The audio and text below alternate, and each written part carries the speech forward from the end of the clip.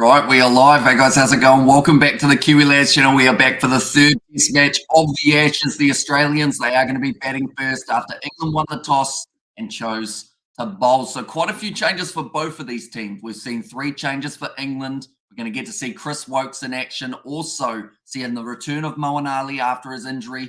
Left him out for the second test match. And then alongside that, they have got Mark Wood as another dangerous bowling option, which does mean that Jimmy Anderson is absent. Ollie Pope will not be there either. Then also another one of their bowlers. I believe that they have got rid of, unfortunately, the youngster who did pretty well last week. That was Josh Tongue. But now for the Australians, they have made a bit of a change in that middle order with Mitchell Marsh coming in for them. Also Todd Murphy. And alongside him, they have also gone with the guy whose name is now unfortunately gone out of my head straight away. Poland. There we go. Should be a name that you remember pretty easy. The way that he plays. Strange decision, England not to bat. There's Jagannath. Oh, that was a decent ball straight away from Stuart Broad pitched up. And that's going to be 4 runs. Warner just drove straight through the line of the ball. Down the ground for 4. That is a great way to start the test match for him. Hi, lads. Do you know when the AB's team are coming out? I believe it's 3 a.m. New Zealand time. So we've still got about 5 hours or so before it does get announced. Also, we've got a few emojis from Atene. Also, Tony in there. And hey, Hamish from Jagannath. Hope you are doing well and good at England bowling-wise. Says relaxing Kiwi. Yeah, having that little bit of extra pace from Mark Wood, I think, could be very handy. Woakes, he can be a little bit more expensive, but he gets you wickets, which I think is what England are definitely looking to do here. Headingley, that's a nicer delivery outside off stump from Stuart Broad. The second ball of this test match. Warner already getting off the mark with the 4 runs. Very happy with that indeed. Just got to check the Wi-Fi. The Wi-Fi has been pretty bad today, so hopefully it doesn't cut out too many times throughout this live stream. Bit of dark cloud in the background. Quite a green top as well. Going to see Mark Wood into that bowling attack. Also, Moeen Ali added in. And also, Chris Woakes, like I mentioned. This time blocked outside of off stump by David Warner. And versus Broad's been quite the battle to watch when it comes to the Ashes series of past years. I would say that this one will be no different. He's actually gone not too badly so far, David Warner, when it comes to his head-to-heads.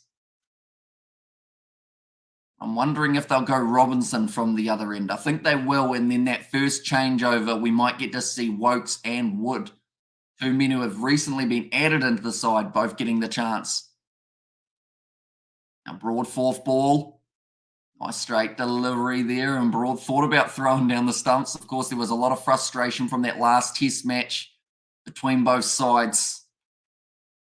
And probably one of the more heated Ashes test matches we have seen in recent times. Definitely that last day when we saw Ben Stokes bring up a huge amount of runs in that final innings.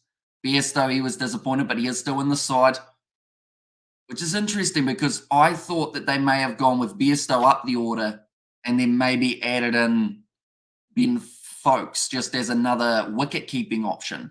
That's an edge, and that's the wicket. Warner gone, and Stuart Broad picks up his man. 4. In fact, how many times in this series? It's less than 4, but only 4 runs on the board for David Warner. The 5th ball, and the Headingley crowd are celebrating. Maybe that is why the English decided to bowl first. Maybe they saw something in this pitch they thought was going to be wicket after wicket, but the crowd have erupted, definitely with the tension that was building from last week. Getting the early wicket here for England, massive one for them. Pushing at it, David Warner, and then Zach Crawley. Very safe catch from him, although not the easiest catch to be able to take, and Broad was fired up from ball number 1 today. Now that he's been able to pick up Warner, the Australians, they find themselves 1 wicket down for 4 runs. The earliest wicket, I believe, that they have lost of this Ashes series. Now already we get to see Labuschagne make his way to the crease. And bring plenty of excitement. A man who hasn't at the best Ashes series for 2023, but created his career in the 2019 Ashes series in England after Steve Smith was hit by a bouncer of Jofra Archer. They brought in Marnus Labuschagne and was able to have a real impact straight away. And ever since then, been selected in the side.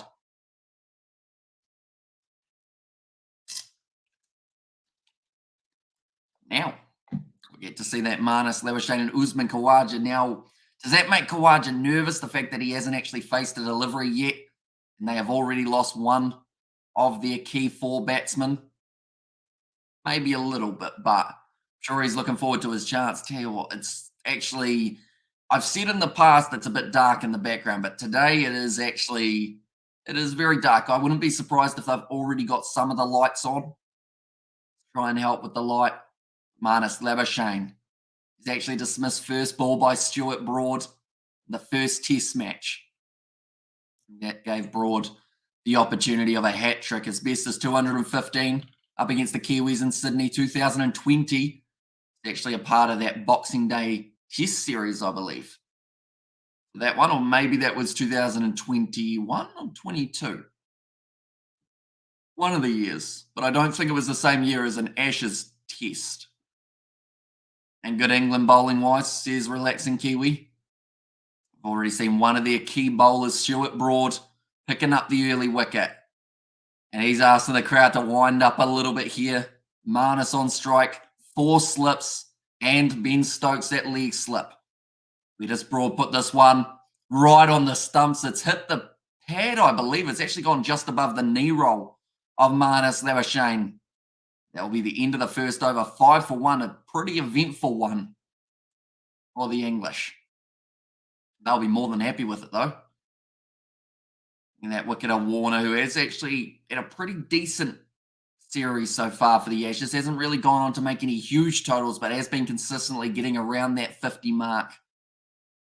A very good take from Zach Crawley, though, to be able to get out to that left-hand side, take the diving catch, or the kneeling catch, I guess I could say. And I think the English, we get a couple out this morning, says Hensel. I've already got one. They'll be very happy with Stuart Broad's first over. I assume Robinson from the other end. Yep, it is going to be him. And versus Labuschagne, maybe trying to get a little bit of that away swing early. And with the overcast conditions, might be a lot more doable. Hi, Amish, says Brandon. Welcome in, mate. You are doing very well. Currently, Labuschagne 1 from 1. I got news. You should be scared. Says Brandon. Right. Okay. What is the news? There's either going to be something slightly scary or something not scary. I'd assume the second, but I look forward to hearing it. I'm a beautiful girlfriend. Jacayla says hi. Says Ollie, welcome in, Jacayla. You are doing very well. You're enjoying the Ashes series, and my chat ain't working. Says Gareth, isn't it? Unless you put in some words maybe that were like keyworded out, but then as a moderator, I feel like it gives you the free pass in terms of words that get put in. So not sure. I know that my Wi-Fi is playing up, so maybe your messages are there. They just haven't come through my editing software. I'm currently streaming with 1 bar out of the 3. Chats keep throwing errors, says Hensel. Okay. So maybe it's not just my stream, because I'd like to think if my Wi-Fi was bad, it would still let you put messages. Maybe. I was sending Bunny, says Gareth, and wife by a 3-pack of Up and Go. So at 21 all to me, says Brandon. That doesn't sound very scary at all. She's doing well. She's crying because she's missing me so much, says Ollie there. When was the last time you saw her? If it was today, maybe there are separation issues there. Just a little bit. Just a little bit. 195 not out, the best score. Usman Khawaja, that was actually last year. In fact, earlier this year it was. And we got a donation again from Billy Army. Thank you very much, mate. I told you about her, or I told her about you, and she says hi.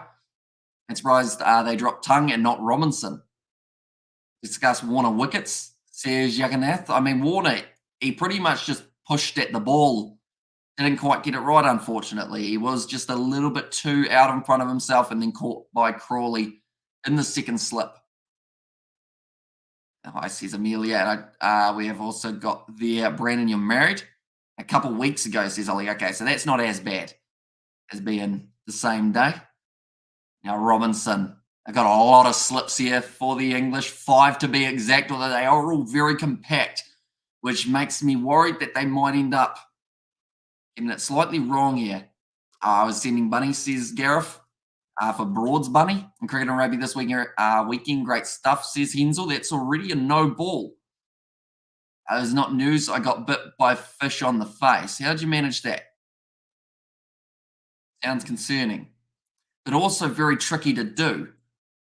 Unless you did you try and kiss the fish and the fish then decided that that was its opportunity to pounce, or was it just a mishap with a fish? Worked down to Moen Ali at fine leg. Covered from the finger injury. Although you wonder, it's been 1 week, so how much can it recover? I'd like to think it would have recovered quite nicely. In fact, it's been 2 weeks actually because of the women's ashes in between. Now Robinson, 2 balls remaining of his over so far, going for the 3 runs. Was it a sturgeon? Says Gareth, solid from Marnus. And right under the eye line.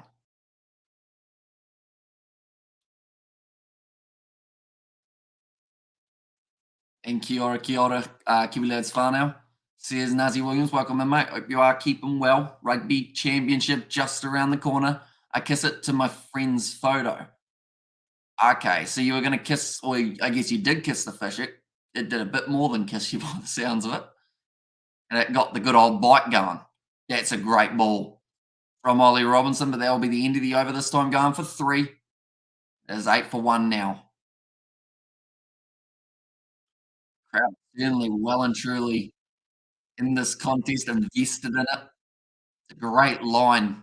Just didn't quite come back in enough. Cricket Rugby in Wimbledon, says Mumbo Jumbo. Stuart Broad, he will continue his spell, this time bowling to Usman Khawaja. Now, Khawaja's record with the bowler going over the wicket is actually better than round, but with Stuart Broad bowling quite well round the wicket, he might consider keeping that angle, not switching it up quite yet. It looks like all of the light towers are off. Hamish, are you going, brother? How are you going, brother? I'm doing all right. It's been a very busy week. And I say that every week, and at the moment, it seems like every week just gets that little bit more busy. This is one of the only times I get to sit and slightly relax, I guess.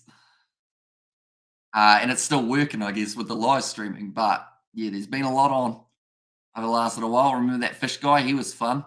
Says Gareth. And the Rugby Championship Springboks is win it, says Brandon. We've had a few characters over the years, haven't we? The fish bloke. Interesting one. It was close to impossible, but I was hoping England's tailenders saw it through last week. Oh well, says Nasi. They certainly put in a good fight. It's once again left outside off stump by Usman Khawaja. High love from India, says PC Lover. Welcome in. Do let me know, ladies and gentlemen, who is going to be the leading run scorer in this first innings for the Australians? We've seen Khawaja do it quite a few times for his side already throughout this Ashes series. I mean, we've also seen Steve Smith. He's probably one of the more safer bets, but perhaps Labuschagne is about due to have a big innings for the Aussies. Khawaja on strike. Oh, whip down the leg side for Khawaja. It's beaten Bairstow on the leg side, and I think it's going to be called his leg bias. No, in fact, just called his bias. Completely missed. Is Captain George in the office with the AB's game? He will not be, from what I know. But, yeah, we'll have to try and get him on for something in the near future. The only problem is at the moment with him working is a lot of the time when he's working is when the Super Rugby games were also on that same day. So we're trying our best. We've been hanging out with him. Other than live streams, it's just trying to find a time that actually works for the streaming. Smith, unfortunately, says mainly. And Smith says Mumbo Jumbo. And when are you playing cricket again? I believe it starts in about October for our cricket season this year. That's a good stop from Chris Woakes. Almost got smacked in the face with it. In fact, it might have been Mark Wood.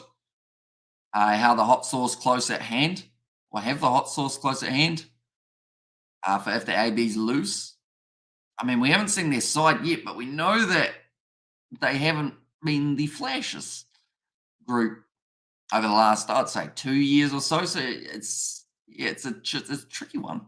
I'm excited to see who they go with in their side, though, because we know Los Pumas are going to go out and throw absolutely everything into this game, but they may not have played as much rugby recently as the ABs. That's a great straight drive from Usman Khawaja, slightly over pitch from Broad. Now, 4 runs, the first boundary for Usman Khawaja. I imagine Bairstow wicket keeper and Kerry batting. Tell you what, that would certainly get the crowd excited. And the good news is we're probably going to get to see that at some stage throughout this first innings, unless, of course, these top order batsmen for the Aussies really get a huge amount of runs. But the question is, will Bairstow go for that tactic?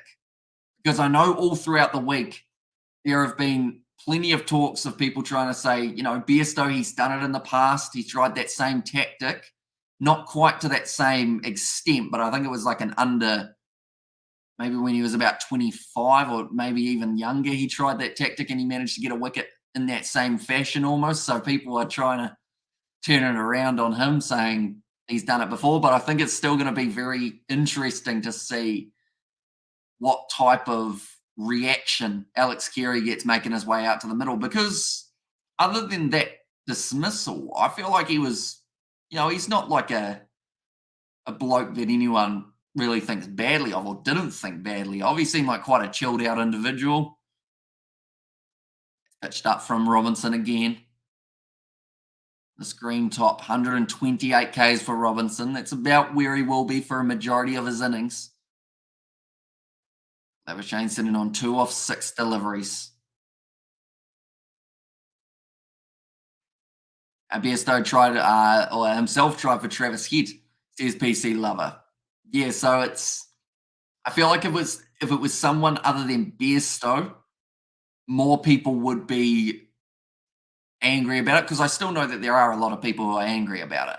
But I think if it wasn't a man who's a keeper himself who's tried that, it might have been that more people were upset.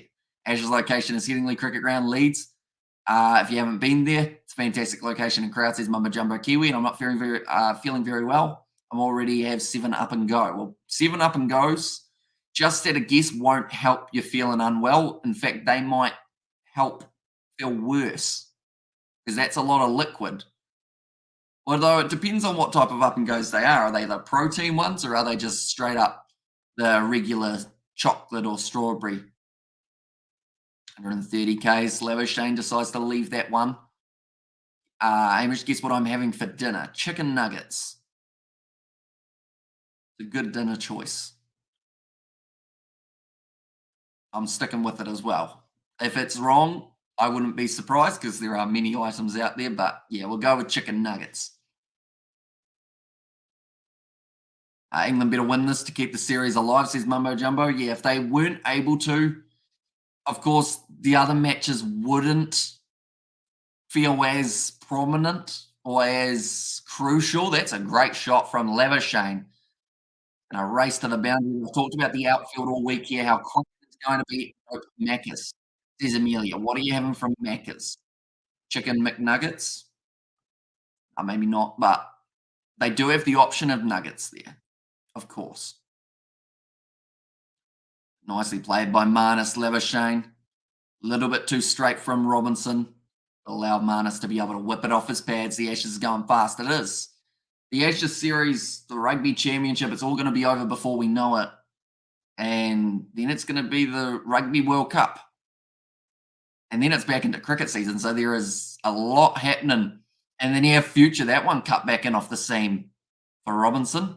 And draw over Macca's. My go-to is the Crispy Chicken Deluxe. There's Amelia.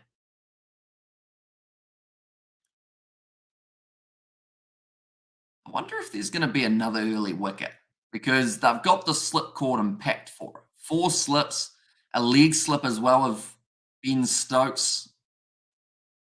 I can pick up one more here, England. The big thing is keeping that momentum going throughout this top maybe 5 or 6 batsmen for the Aussies, because if you're able to do that, you find yourself in a hugely beneficial position of trying to expose that tail water as soon as you can. Like if we start to see, I mean, I don't even, maybe Alex Carey, their number 7, if he's at the crease by the end of the second session, could be quite good news for England because they won't quite be scoring as quickly as the baseball tactic.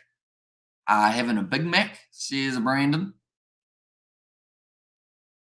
3 changes for the Aussies. Scotty Boland, Todd Murphy, both in the side. That is for Hazelwood, and that is for Nathan Lyon, and then also Mitchell Marsh is in there in the middle order. That is for Cam Green, who was batting number 6. I hope Mitchell Marsh, if he does decide to bowl, doesn't end up with some sort of injury. I know that that has been one of his problems over the last maybe 2 or so years at the BBL is he decides he wants to bowl and then he pulls something like side strain, I think was his last problem. That's a nice straight delivery from Broad, worked to the leg side by Khawaja out to mid wicket. I'll take the single again. Just keeping the strike rotating at the moment. It's going to be important. They can't allow either of these English bowlers to bowl repetitive deliveries to the same batsman. Love you, Hamish. Only mate, says Brandon there. Didn't you say you were fishing with your mate just before and he took a picture of you kissing the fish? Was that not your mate? Was that your friend? I'm going to have to go back and review. I guess it for my friend's photo. So I guess friend different to mate. Maybe. I realized that I didn't really use the word mate until I started doing YouTube, which was weird because before that, I don't really know what I said. I guess not that much. I wasn't a very talkative bloke, but yeah, the first person I called mate outside of YouTube was like a white nest guy, which is a weird one. But that's why I remember it. It would be great if the English could tie the series 2-2 and set us up for a winner. Takes all 5 tests. I would suck if it's over after 3 tests. Already for the spectators' perspective, that's going to be nicely whipped off the pads by Labuschagne again. For the easy 2, what's the Kiwi version of mate? I guess if you're not saying mate, maybe bro, I guess. But yeah, I don't think I've really ever called someone bro. Not in an unironic way, anyway. BBL stands for that? Not quite, no. Not quite, Nazi. Although I think the BBL fixtures are getting announced very soon. Will be entertaining stuff. Broad. 3 balls remaining. Still 4 slips. Oh, and that one has gone off the edge. Well fielded there by, I think it was Harry Brook. He is actually batting 3. Too old to say bro, no offense. Says mainly minimal. Okay, so what would you say is the appropriate age to say bro at? They're covering BBL this year more than last year. Not sure yet. It will depend a little bit on what else we have got popping up in the schedule. But I'd like to cover, I think last year we only covered about 3 games. So yeah, a few more than that would be nice. Although we had a lot of overlaps with what we were doing last year as well. What about Senpai? I've never used that in my life either. In fact, I think the only time I've ever said it is actually just then when you mentioned it. And heard bro loads when I visited family on the South Island. Another good whip off the pads from Labuschagne. That is about the 3rd time he's done that. The best timing of one, I'd say. Raced away to the boundary again. Moves up to 12 off 15 and Stuart Broad. It's gone for 16 runs already of his 2.5 overs. No such thing as mate in New Zealand, only hey fella. Hey fella. I don't think I've ever used hey fella, and I don't think anyone's ever said hey fella to me other than maybe Tony. Other than that, though, yeah, hey fella, fella's a rarity down. Maybe it's up north more. Down south, we haven't really got fella. Oops, cap lock, says Nazi Williams. Now, tried to tempt him with a slightly wider delivery, Stuart Broad, to close out the over. We say mate in New Zealand, says Nazi Williams. Yeah, I feel like it's slowly caught on, mainly because there's so many Kiwis who go to Australia, and so many Australians who come to New Zealand. So they just kind of, you know, talk to each other, and then the mate rubbed off.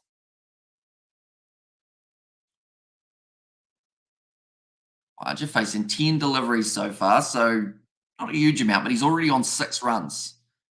And I'd like to think he's going to continue that. No, if you're from Wanganui, says Mumbo Jumbo Kiwi. So, hey fellas, a Whanganui thing.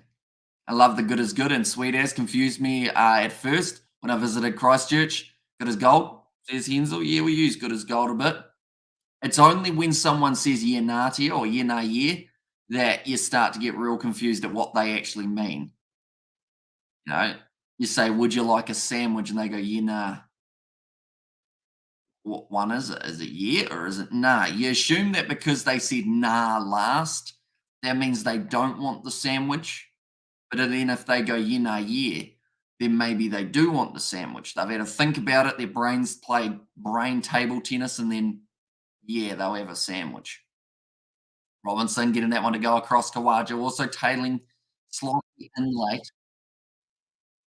Don't or just don't overdo, mate, in case you sound like try hard. Uh, is Nazi Williams, HIC Town. Wanganui says Mumbo Jumbo Kiwi.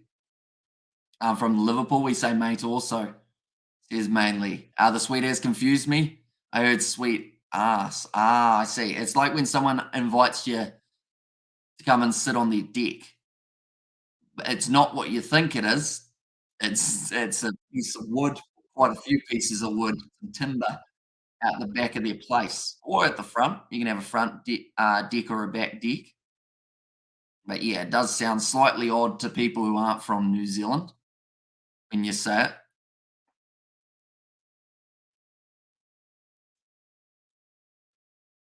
Talking about the fact that Khawaja spent 8 hours at the crease. That is like a full-time job day. 8 hours, concentration is key. Yeah, yeah, nah, nah. Says Mumbo Jumbo Kiwi. That one, oh, it's off the outside edge and just doesn't quite carry to Ben Stokes, who's fielding at about fifth slip at the moment. Disappointed that that one didn't carry, but Khawaja went at it with soft hands. And also because there's not a huge amount of speed from Ollie Robinson, going to carry to fifth slip. You kind of need a thickish edge or maybe getting caught on the up. Slip coordinates. Bairstow at keeper, Root, Crawley, Duckett, Brook, and then Stokes, which I guess opens up the diving opportunity for Stokes on his left-hand side. Oh, that's at the leg of Khawaja. Stay relatively low. The umpire says not out. But I think maybe height might still be a factor, even though it did look like it stayed a little bit lower than the original trajectory. 3 reviews remaining for either of these sides, so I think they're all right. Don't think they'll review that one. Yeah, no, it's hit him on maybe that thigh pad. Stokes gave up on it pretty quickly. Turns to that appeal. See, that was a tad too high. Last ball of the Robinson over. And left alone by Khawaja. What's the most common New Zealand word?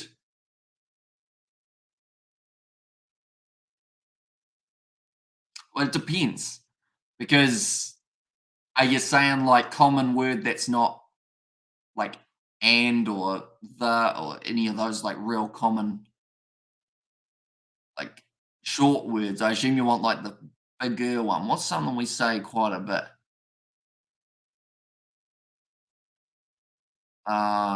Probably very indecisive. Why would this championship always happen in England? Says PC lover. It's a good question because both of them have been in England so far, haven't they? I think it's because of the England, they kind of call it the home of cricket. So I think that's why they've been there, but maybe they will expand on it in the future. Oh, I hear a bit of a round of applause. I believe this is going to be Mark Wood. Yes, it is. I'll find somebody offensive. Rugby. There's Nazzy Williams. Wait, rugby for the PC lover one of why it happens in England. Mark Wood though, ooh, bit of movement there early on. But a swing. Marnus liked it. 146 Ks for a first delivery of a test match. That is not easy to do. It's actually an extra, what is that? An extra 15 Ks or 18 Ks more than Robinson's first delivery. Bowl, like I've said, he's got to be the quickest in the series, even though Mitchell Stark can whip them down there at a decent enough speed. Pure speed through the air. You have to say Wood does take that advantage. Charging in, always ends up off the outside edge for Marnus. 149 Ks this time. Choice, says Joe. Cheer was quite popular at one point. Why people randomly just going cheer? Maybe thanks. Cheers. I say cheers a lot, but I don't think many people say cheers. Maybe like thanks. Jeez, that's a good ball from Mark Wood. He's been on the money twice here. That one was definitely a better ball than the first, but the first just made Marnus think about the amount that this could swing or down the leg side. I think Bairstow will want is one of those ones that it's 152 kilometers an hour to shoot through and hit him on the thumb. That would not feel too nice at all. 95 miles an hour for anyone who does choose that side of equations rather than kilometers.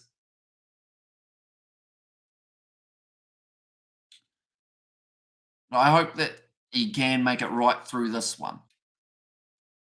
This test match, that is, because if he is available for the next test match and he's fresh, like that little bit of extra pace is going to be crucial. Oh, that was close. Someone was appealing. How was that? They said, but it wasn't actually a catch from Johnny Bairstow. Leg by's given. Quite able to keep up with that one, Marnus. You nailed it, Hammy. Which is a reference point to indecision or delayed discretion. There's Mumbo Jumbo Kiwi. Yeah, just hitting that back. Very finely clipping the pad of Marnus Labuschagne. It's going to be a tough take for Bairstow to be able to catch up with it. Wood is faster than a politician's promise, says Joe Harbour. He is rapid. That is for sure, Mark Wood. And it was a shame to see that he wasn't in either of the first two tests. Marnus, not a lot of foot movement there. You don't really have time when he's bowling at 151 Ks. You just have to hit and hope. Is England choosing bowling so that last innings is going to get batting and show Bazball? Maybe a little bit, but also I think they just wanted to try and put Australia on the back foot early. And I think they actually realised from maybe that last one that they do enjoy the chasing side of things that little bit more, because when they started getting it right we saw Ben Stokes have a good partnership with Duckett. Then we also saw Ben Stokes and Stuart Broad doing quite well. So, yeah, maybe it's just that they don't want Australia. Sheesh is the word that just came from Marnus when he faced that 150 kilometre delivery. But that is going to be the end of the over. A very good one from Mark Wood. It is 31 for 1. Arabian League players got armed down to the fine art when interviewed. Says Nazzy Williams. Or if you grew up on Booney Town, says Mumbo Jumbo.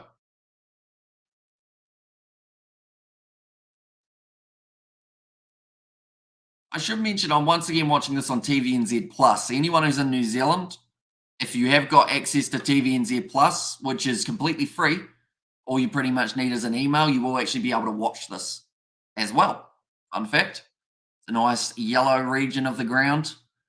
Your Aussie supporters in attendance for this one. Said already that this pitch seeming a lot quicker, plenty more carry. Oh, Ollie Robinson. 126 Ks. So almost 30 kilometers an hour slower than the bowler at the other end. And who knows, maybe that's a little bit strategic from Robinson to try and slow it down so that Mark Wood has that little bit of extra snap on his deliveries. And Headingley with the quick outfield.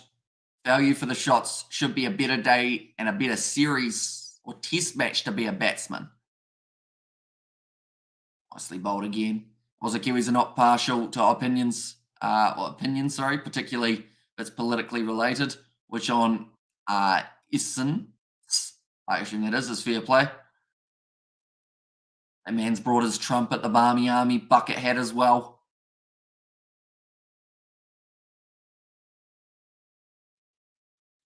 Khawaja. I mentioned how he's on 6 off 10. Now he is sitting on 6 off 18. So he has slowed back down a little bit. As long as he's out there, though, for a long time, I'm sure they won't mind too much. Straight a delivery from Robinson. It's a straight out to Stuart Broad, who is fielding it mid-on.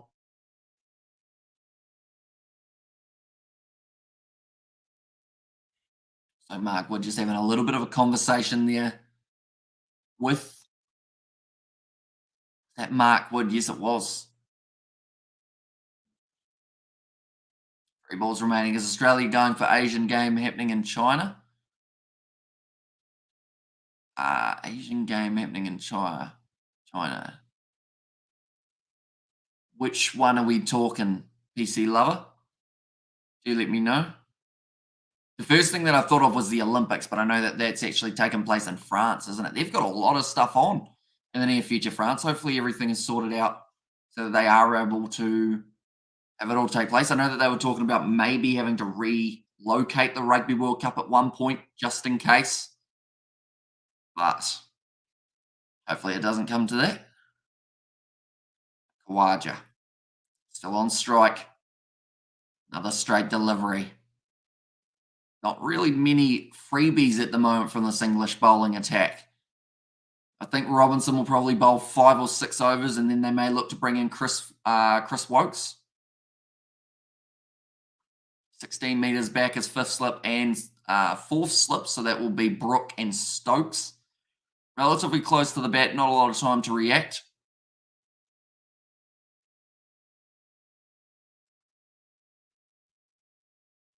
Last ball for Robinson. It is pitched up, well fielded by the bowler, and that will make it 31 for 1 and a maiden for the English. Something that this Ashes series hasn't had a huge amount of.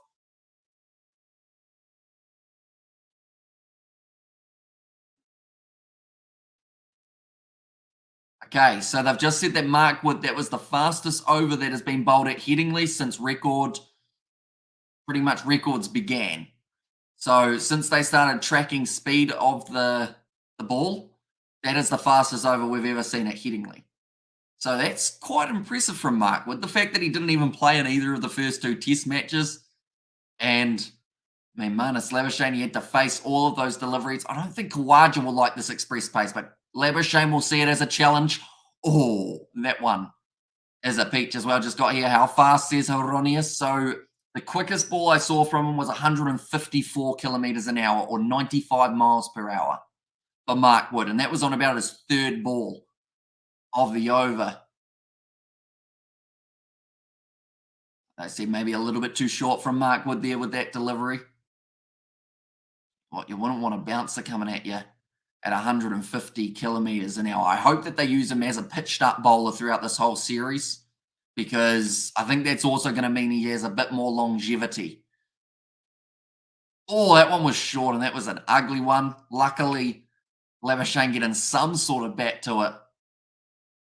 Crowd loving it. That's decent but fast as ever at the ground, really, since they started recording speed. So there could have been someone back in the old days that had a quicker speed than that, but pretty much the quickest, I think they said the quickest over rather than the quickest first over as well, which is, you know what? I'll change that. I'll say it's the quickest first over bowled from a bowler, just because I feel like as he winds in, he's probably going to keep on breaking that record if he finds his rhythm. One pitched up again from Mark Wood, a little bit too far outside of the off stump, and Labuschagne is able to leave. 155 Ks, that is just that little bit quicker. I lost cow at home. Now changing my mood on this podcast, says Neutrino. Sorry to hear about the cow. The crowd liked that one. That was some very quick bowling. 96.5 as the last delivery. Did anyone think it was bad sportsmanship, says Mopeds? Hopefully I've said that correctly. If it's like the scooter, then maybe I have.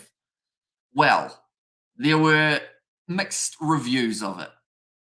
For, of course, I assume you're talking about what happened with Alex Carey and Johnny Bairstow. That's fast. Tell you what, if you're facing that as an amateur batsman, you're just knocking your stumps over and you're going home. But luckily, these guys and Labuschagne, every ounce of your being has to be concentrated here because that is just a little bit too quick to be able to react to on the spot. Nothing wrong with it. Says Ronia's talking about the run out last game. And West Indies, who was who was once a champion team, can't qualify for the World Cup this year. Says PC Lover, and it is a shame because they've got some great young players coming up through their rankings, the West Indies. It's just they're in that rebuild phase of, a shame, pushing at that one nicely. Better length, 151 kilometres an hour. Right, one ball remaining. Wood is yet to go. Any runs. 5 metres back for the fourth and fifth slip, I see. I've moved back 5 metres compared to Robinson. Just to give them that little bit more time to react. That's the thing. It's not just dangerous for the batsmen when they're facing this speed. It's dangerous for the slips. You've got to make sure you're wide awake and you're concentrated because that ball gets to you in an instant. Nice shot from Labuschagne again. That'll be the end of the over. It's going to be 31 for 1. Is this 4-match series or is it the last one? It is a 5-match series, the Ashes. So we've still got 2 more test matches coming just around the corner. But at the moment, Australia, they are sitting 2-0 up, which does mean if they do win one more, which could be this one, if they win this series or this match, they win the series. 5-match series, this is the 3rd game. There's Aronius. Already been going 42 minutes in this session. It's been flying by, and I think the reason it's flying by is because of, in some regards, the way the runs have been scored.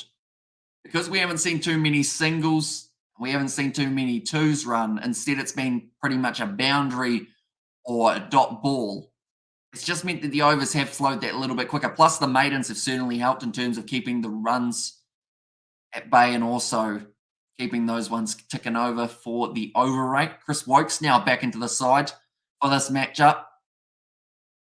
2022 up against the West Indies, the last test match for this man. Normally gets quite a bit of swing. Bairstow needs to learn if you see a pound halfway down the pitch, stay in your crease and wait till the end of the over, says Kiwi Gamer. Yeah, because I think the part of it that some people were a little bit, that's into the stomach of Usman Khawaja. I wouldn't have felt too nice. Ended up rubbing my stomach from that one, but we all know that feeling. Well, some of us may know that feeling of trying to play a pull shot and just missing the ball. Oh, no, in fact, he's hit it downwards into his box. So that's actually worse than just hit in the stomach. And come on, Wood, bring some fire, says Gareth. Yeah, I think the part of Johnny Bairstow's one that some people felt a little bit, not so much annoyed with, but hard done by, was probably because it was theoretically the end of the over. It's just the umpire hadn't called over, but instead, because he was reaching for his pocket to get, I think it was Woakes, no, sorry, not Woakes, get the bowler's hat. I think he was reaching for it. So then, assumption can be a problem sometimes. And that's what Johnny Bairstow did. He assumed that the over was over, even though hadn't heard the umpire say it.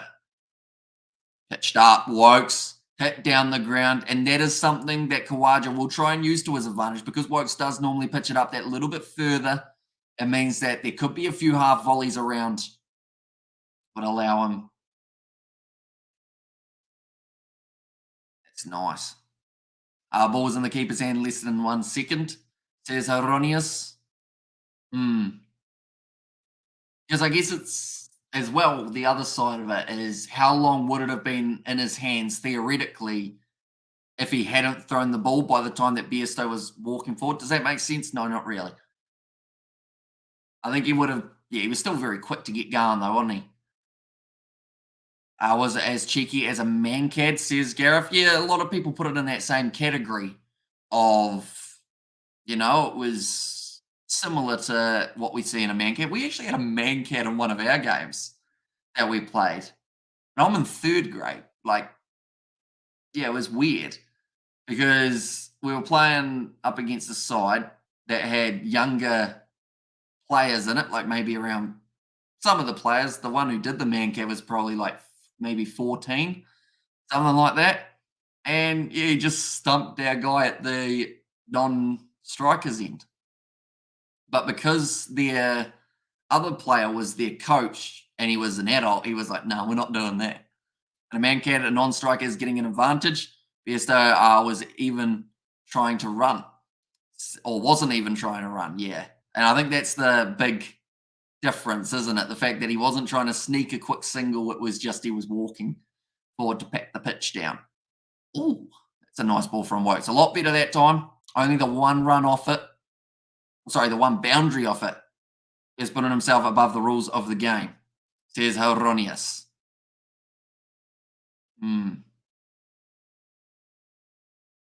Now, meeting in the middle between Labuschagne and Khawaja, and that was Khawaja's first run since 10 balls, I believe. So he's patient, which is important because going to spend a lot of time out at the middle throughout this Ashes series, already spending over 8 hours out there. Now, looks like Mark Wood, will continue. That's a psychological advantage, says Heronius. As in, like, for the Australians or for England? For the advantage. Labuschagne sitting 11 off 29, 151k. So I think Khawaja's pretty keen to stay at that non-striker's end whenever Mark Wood is charging and try and get that ball a little bit older. Although one benefit that Marnus has is if he does catch up with it, it's going to be going quickly for Bairstow. So you think he's psychologically trying to, intimidate the bowlers by walking out a little bit earlier after he's left a delivery? Fair enough, I guess. It's an interesting take. Probably the first time I've heard that as the take. I think you can end the over and not worry about his crease with impunity, says Eronius. Mark Wood, unfortunately, has just taken his first tumble. He'll take a few of them throughout the Ashes series whenever he's bowling. Just throws absolutely everything into it. Man should wear knee pads while bowling. I'm in charge here type of vibe. I think it was just more he just wanted to tap down the mark where the ball was. He has this thing how to get into the zone for Bairstow, he watches where the ball went and then he doesn't break the gaze of where it was that it bounced, and then he walks out and then taps it down just to kind of analyze what's happened. A bit of a stretch, but doesn't matter. At the end of the day, he was out, says Gareth. That was quick from Mark Wood again, 152 Ks. Oi, says Nate. Hello, Nate. How's it going? Excited for the Rugby Championship this weekend? It's going to be a 1:05 a.m. kickoff for yourself, I believe. Yeah, that's at Labuschagne on the back leg. You'd certainly feel that coming now. From there, and behave now, eh, Hamish? Says Blues, Nate. At least we can agree on that, says Eronius. So far this over in miles per hour, 94, 95, 94. Speedy. But he needs to try and get Mark. Oh, that's an ugly bounce. So that's gone over the top, and it's broken one of the sight screen things. Or not sight screen, sorry, it was what was it? The display screen ones, the digital boards. 93 miles an hour. That is just a bit of a loosener from Mark Wood. The funny thing is, it doesn't actually go against him. Just decided to go with that short ball to try and intimidate him a little bit there. If he wanted to have a crack at it. Bairstow, it was well over his head. And yes, they're ready for the Rugby Championship, boss.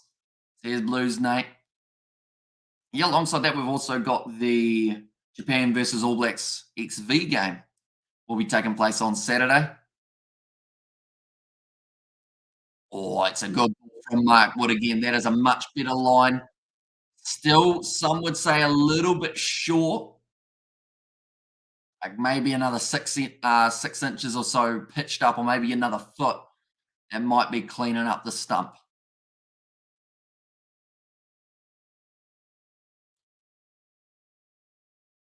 Seam presentation as well, very good from Mark Wood.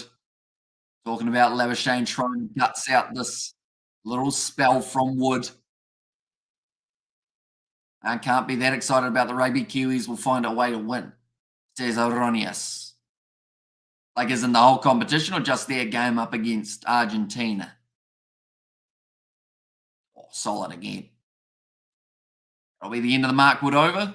No ball slower than 93 miles an hour throughout that one. So still getting them down at express pace and top lap both, says Aronius. Okay.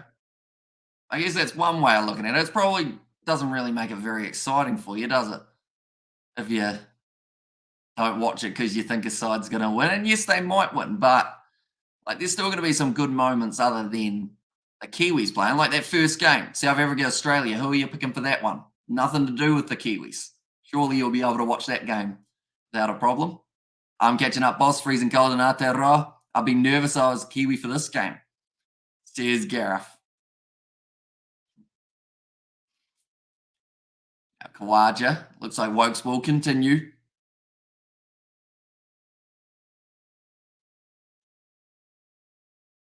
10 off 28. We haven't had any sight screen problems yet either, which is great to see. Oh, that's nice. Australia all the way, says Aronius.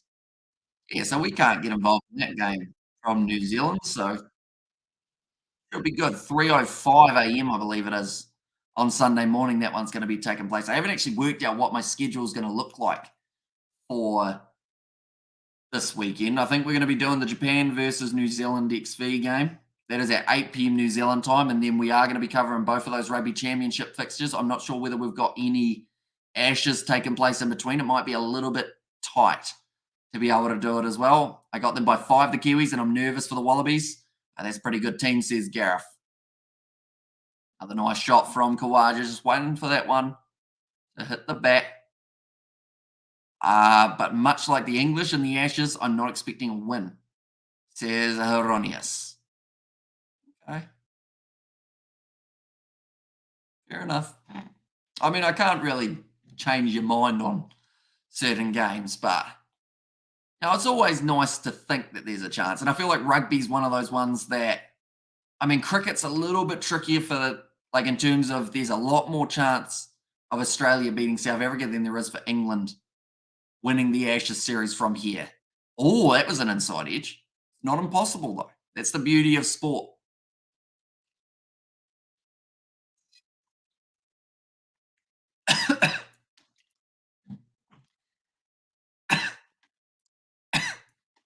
Choking.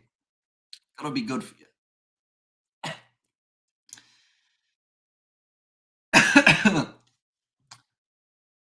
One moment.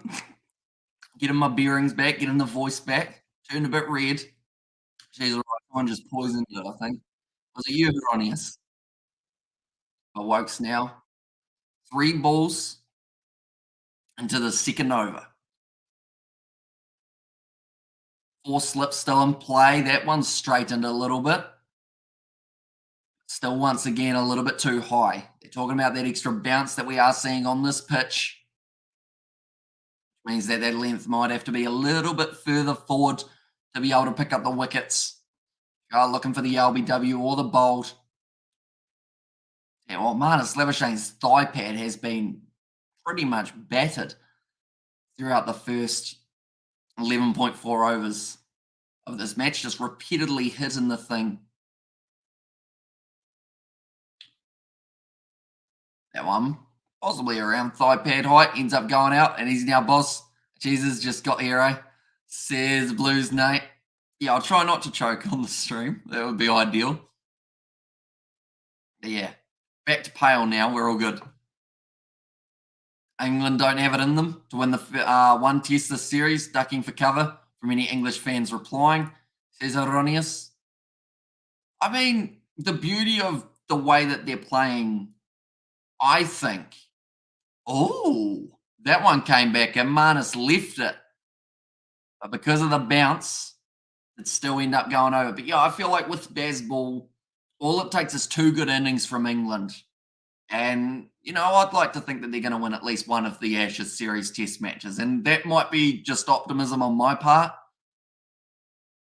Maybe a little bit of, just wanting to see it happen so that makes the series that little bit closer. But yeah, I mean, they've got a good side.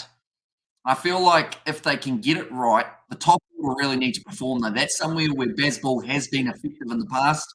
They haven't quite been able to find that up against the Australians, and this pitch might be the one that they are able to try and use that to their advantage. The English decision making has been off again. Why are they having a bowl here? And second, why Pierre Wood and Woakes? Surely Pierre Wood with Broad, says Gareth. Yeah, I think it's a bit of a strange choice, isn't it? Because you'd think you'd have the experienced Broad with Wood. Maybe the only thing I can think is maybe they both want the same end, so they're having to switch around. Broad did bowl, he did, but not alongside Wood. Ooh, bit of swing there for Wood again. I just remember my phone's in my pocket on 1%, so I might as well chuck that on charge. My phone actually spends more time on that 1% than it does on any other percentage. Boom. It's running now. Weird clouds above me now. I didn't move that much, I didn't think. Why does that happen? There we go. Only reason I had Macca's is because I got a refund, so hence why. Well, you got a refund from Macca's, or is that a tax refund? That's a reaction that happens most times when Mark Wood bowls. I just go, ooh. Let's go England, fire up, lads. Says Blues Nate, and let's go England, says Ahmad. I just realised, Nate, you would have been to New Zealand. That was near the end of June, wasn't it? How was Kiwiland? Did you have yourself a pie? Hopefully the answer is yes. Jeff Refund, they gave me like 170. And pitches are doing best for spin. Excited to see how Cummins takes advantage of it, says BC Lover. I guess England's options, they've got Moeen Ali back in now for the spinning option. Ooh. Yep, that was quick again from Mark Wood. Just ducking out of the way of it, Usman Khawaja, 148k bouncer. Not exactly fun to face. Sausage roll is better than pie, says Heronius. You're in a very negative mood today, Heronius. It seems to be anything we say you're like, but I can find a way of making it sad. I agree with you, though. A good sausage roll can go a long way. Well, it could as well, because if it's a giant one, it's probably quite a long sausage roll as well, isn't it? It depends on the pie, I think. If you get like a real good steak and cheese pie, I used to have a lot of sausage rolls. Like that used to be my go-to, but then I discovered that steak pies can sometimes be very good. When do you think England will put on Ali next? I think there'll still be another maybe, I'd like to think at least 15 overs away. I feel like it's still way too early to bring in the spinner, definitely because quite a few of your pace bowlers are still relatively fresh. I mean, Broad only bowled 3 overs. Robinson bowled about 5, and Woakes has replaced him. I love a sausage roll. Never been a fan of pies, says Erroneous. So if you had to pick a pie that you're like, I don't mind it, what pie would it be, Erroneous? Would it be like a steak, or would it be maybe a chicken pie? What else is there? A mince pie? I don't know, bacon and egg pie. It flew in on late Tuesday night from New Zealand and had plenty of Z pies from BP gas station, chicken cream. The chicken pies from Copeland's are very good. I think they're like a country chicken mix, aren't they? Just annoy a tripper. Alternative account. Oops. Jeez, Nate. Is Root going for an all-rounder? As he has picked 2 wickets in a single, or he's picked up 2 wickets in a single over? I mean, to be honest, his bowling has come a long way, Joe Root, and I think he because he's batting 4, Wood Pro. Oh, straight through him. What a ball from Mark Wood. I said that the reaction when you see this man bowling is to go, oh, but that one's gone, oh, and then bang, because now Khawaja's stumps have been knocked over. Or was that Labuschagne? I think it was Khawaja. Because that was an in-swinging ball and a half. 95.6, I think they just said, for that delivery. Who was it? Was it Labuschagne? Yeah, it was Khawaja. Ended up just chopping back in. The pace has proven effective for Wood, and if he wasn't already fired up for being part of this Ashes series, he's going to be even more fired up now. That is the second wicket fallen for the Aussies. I think that's Steve Smith making his way to the middle. Or is that Khawaja getting booed? I can't tell if they're booing Khawaja for what they saw in the changing rooms or like the pavilion last game, or they're booing Steve Smith because he's Steve Smith. I think it's the second one. Not very popular here. And yes, boy, ice on fire, says Gareth. And Australia will exit the World Cup at the group stage, changing the subject, going back to the cricket. No chance England going back to the rugby. England exit at the quarterfinal stage. There's Liney. Liney, is that correct? Lion I4? Lionel? No, maybe not Lionel. Something like that, though, I assume. Pepper Steak Gareth on the money there. Yeah, pepper steak pie can be very nice as well.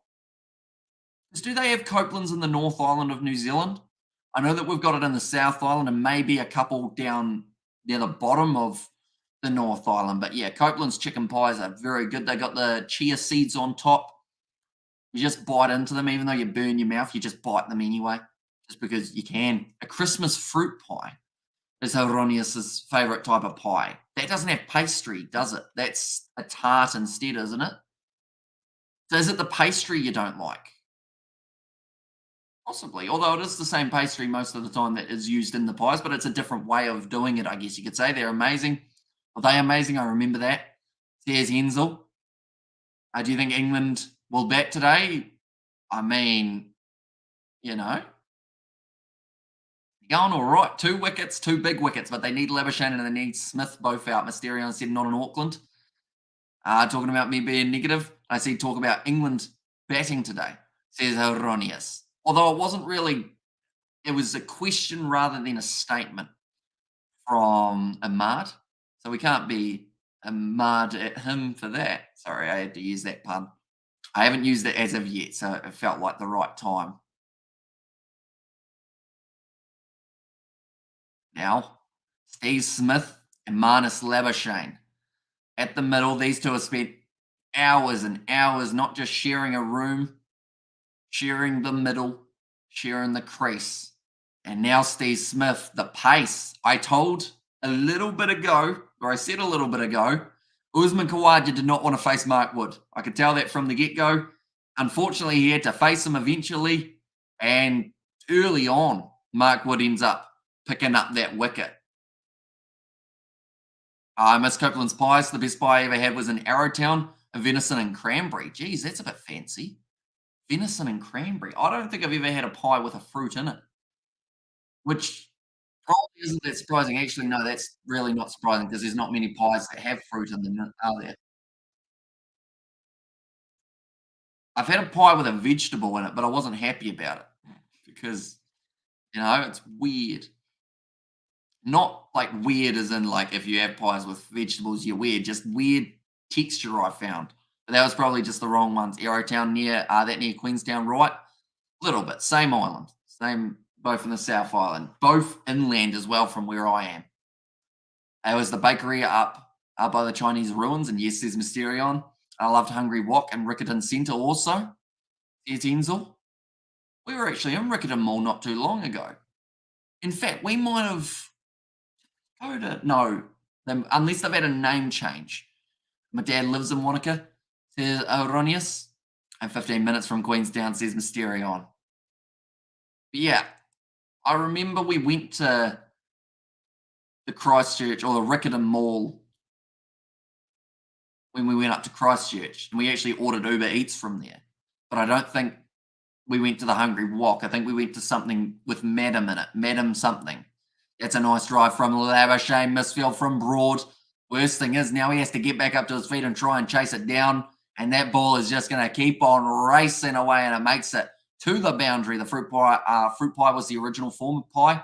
I mean, it wasn't put in pies for a long time, says the funk. Been very cold recently over there, says Aronius. I used to work in Riccarton Mall in the mid-90s. You know what I always wonder, or always question? Mall closing times.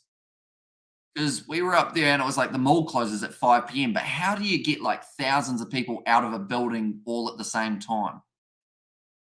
I feel like that's something that's very tricky to do, and it's more of like eventually they just get everyone out. A 275 to 300 will be a good score on this pitch. My parents moved to New Zealand a few years back in Christchurch, been there a few times, great place. Bit of swing there. Have you been to the Copelands in Christchurch, Hensel, that has the goldfish pond? Maybe. I think it's out Hornby way, actually. I think it's the Hornby Copelands. I see you're saying in Australia will score 350 plus, says Erroneous. Mark Wood picking up that wicket of Khawaja. Looks like they've slightly broken the stump might from the speed of that delivery. Umpire there just having to fix it. Labuschagne or Smith. If they can get one of these two out before the end of this session, in fact, if they can up that and get both of these two out before the end of this session, that would be absolutely massive for the English. But I feel that Mark Wood is going to be a key for them, not just in this test match, but in general, because of that extra pace, plus an absolute beaut of an in-swinging Yorker to Usman Khawaja. Was it? No, it was just short of the Yorker, in fact. Full pitch delivery. Heard the rattle with the stumps afterwards. Come on, England, always the underdog. But they have my support watching from Melbourne, says Andrew Watts. Yeah, welcome in, mate. That's the thing. For the sake of the series, it would be great to see them win this match. They're just showing it in full speed. That was a very quick ball from Mark Wood. Trying to get customers out when there is a fire drill as an event on its own. People seem to be ignorant of the importance of getting out of the store. Says Mysterion, and it rings a bell. I think we might have remember Copeland's. Says Enzel. Good to see our Nyabush whānau. Awesome time in Aotearoa. Says Blues Nate. It's weird to think how quickly the trip came around, isn't it? Because I remember when there was like a month before you were going, and I was like, oh, I can get to Auckland in time.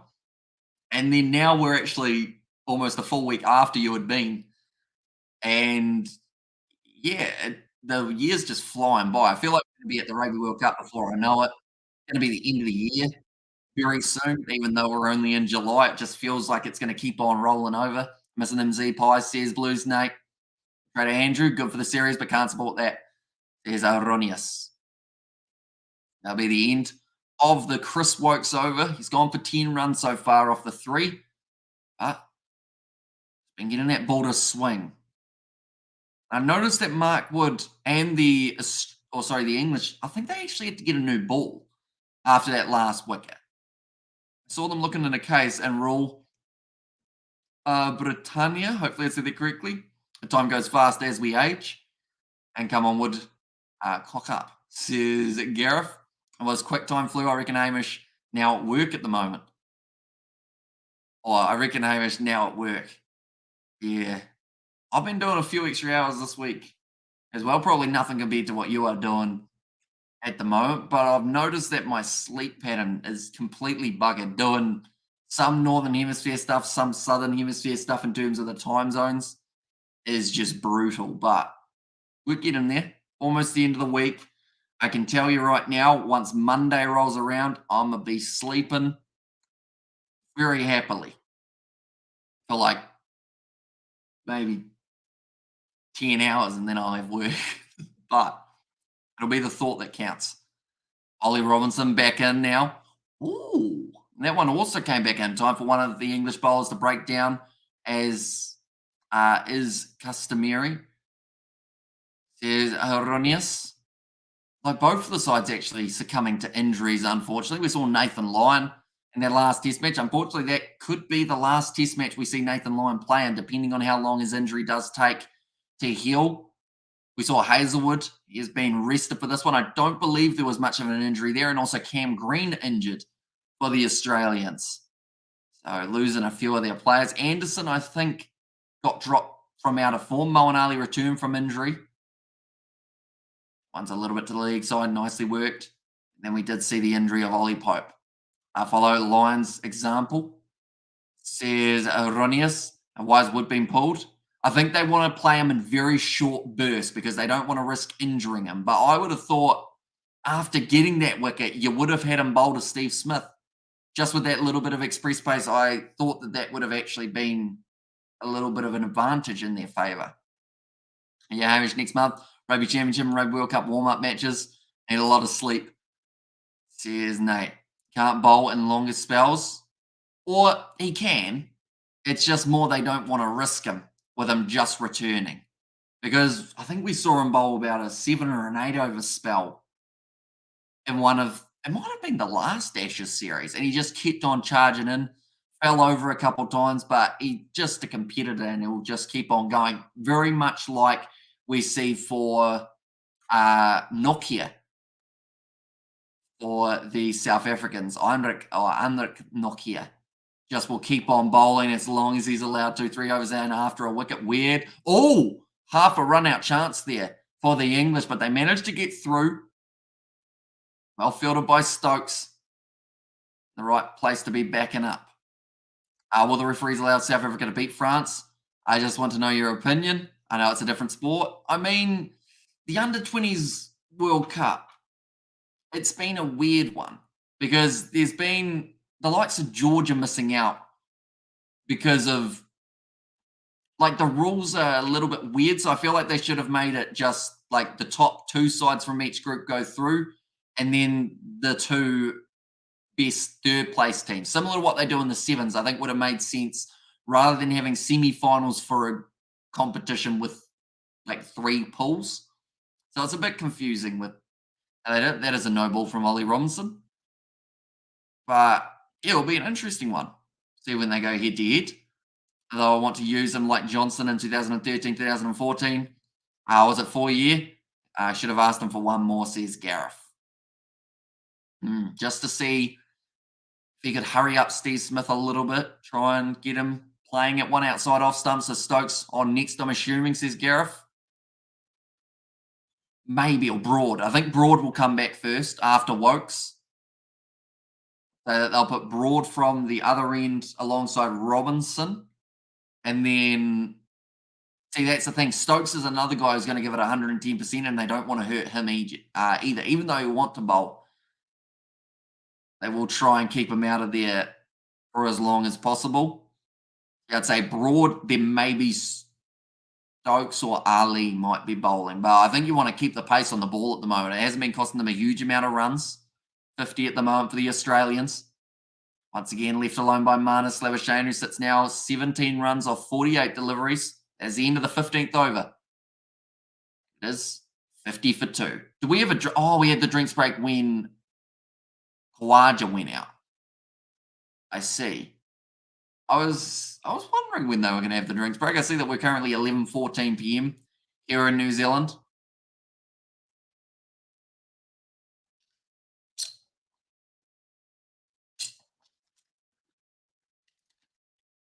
Luckily, I didn't choke when drinking that time. But I should mention the Kiwis, the All Blacks, that is. I believe they are going to be announcing this side at about 3 a.m. New Zealand time. So we are still going to be up. We are going to be filming that video and then heading to bed after that, heading to work tomorrow morning. So the video hopefully will be up at maybe, there's the thing, if I get it done relatively quickly, it could be up at 5. But what I might do is just schedule it for either 6 or 7 perhaps.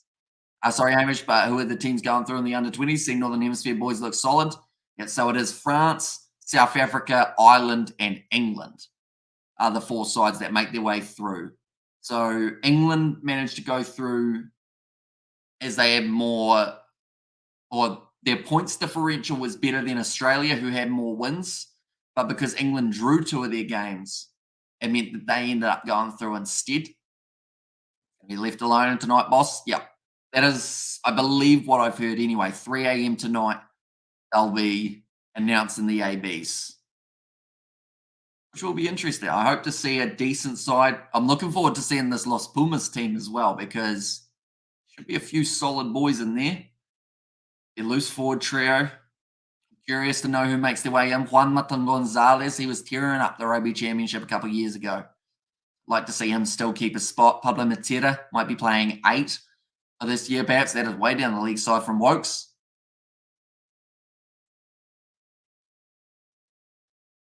Said that they did actually do that deliberately to try and see if Smith wanted to chase after that wider delivery. Maybe that's what they bowl in the cricket I play, because I've gone out more times playing leg side than anywhere else. So maybe that's just why they bowl it out there. Might also be accuracy. That's a better ball, though.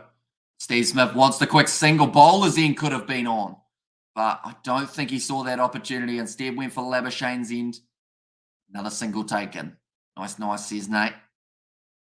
Yeah, so those under 20, hey, I think they're Monday night, if I'm not wrong, for the under 20 semi-finals. But then also everyone else still plays, I think. Because I think it helps with the world rankings or something like that, how they need to work out who's at the top and who isn't. Now Labuschagne sitting on 17 off 47. Ooh, that one came back in from Woakes. Very tight leave from Marnus Labuschagne. Almost had a stump knocked over.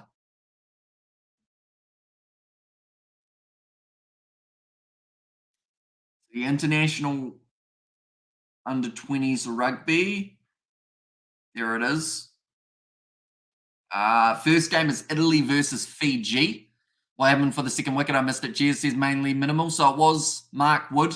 He had the in-swinging full pitch delivery to Usman Khawaja, who I think got a little tiny edge on it, but it cleaned up his middle stump, knocked it out of the ground. But then, yeah, they took Mark Wood off just to try and save him and not risk him too much. So, yeah, Italy versus Fiji.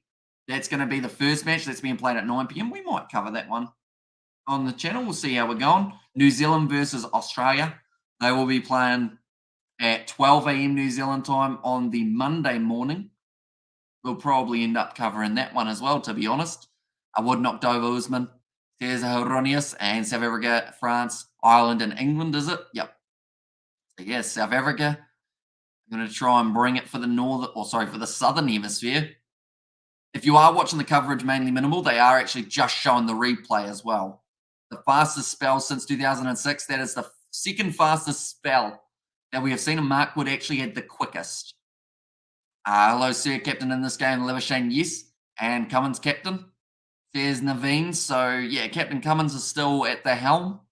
Marnus Labuschagne, we went with him as the thumbnail just because it's the batting battle between him and Joe Root, I feel, for this test match. Yeah, Ireland versus South Africa is at 2:30 a.m. New Zealand time on the Monday, and then England play France at 5 a.m. New Zealand time. Hopefully we can cover at least one of those ones without losing too much sleep. Yeah, I think it doesn't overlap with anything else that I know of. We've got a relatively busy weekend. I think we've got about 6 games of rugby that we are hoping to cover. Alongside that, we've still got the Ashes series. Today is Thursday. So Friday, second day, Saturday, Sunday, Monday, Monday night's going to be the last day of this Ashes test match. That'll be maybe overlapping. We'll see how we're going there, but we're hoping to cover at least some of the Ashes on most days. The only day we may not get to cover much of the Ashes is probably going to be Saturday, mainly because it is in between the Rugby Championship and the Japan versus All Blacks 15 game. I should also mention anyone who is a fan of a bit of a podcast and whatnot, myself and Rugby Itch, first podcast that we will be doing is actually going to be a live stream one that will be previewing the Rugby Championship. That is over on the new channel that has recently been created. I haven't quite done the promotion on the main channel as of yet, but it is called the Rugby Recap. Anyone who does like a bit of a live chat slash podcast type thing, it's a bit of both. Yeah, be sure to check that out. We will be live at 8 p.m. New Zealand time tomorrow, is the plan. On the league side, Robinson still trying to search for that wicket of Steve Smith. Because if they can get him out early, hugely beneficial for the English. And like I mentioned, getting one of these two batsmen out, if not both, before the end of session number one on day one of a test match will give England a lot of confidence with ball in hand.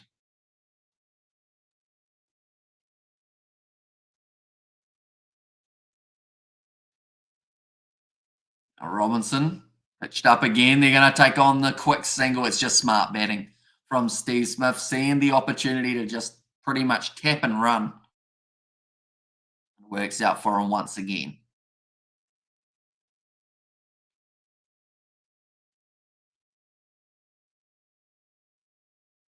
16.5 overs down. Not making terrible time. I think they might get through about 28, 29 or 29 might be optimistic. 28 overs in this session I'd like to see.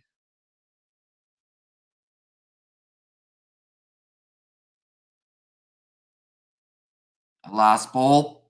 Oh, that was very close to hitting the pad, but Labuschagne got the bat to it. Come on, Marnus and Smudgy, 100 each today. There's Aronius. That'll be the end of the over, 52 for 2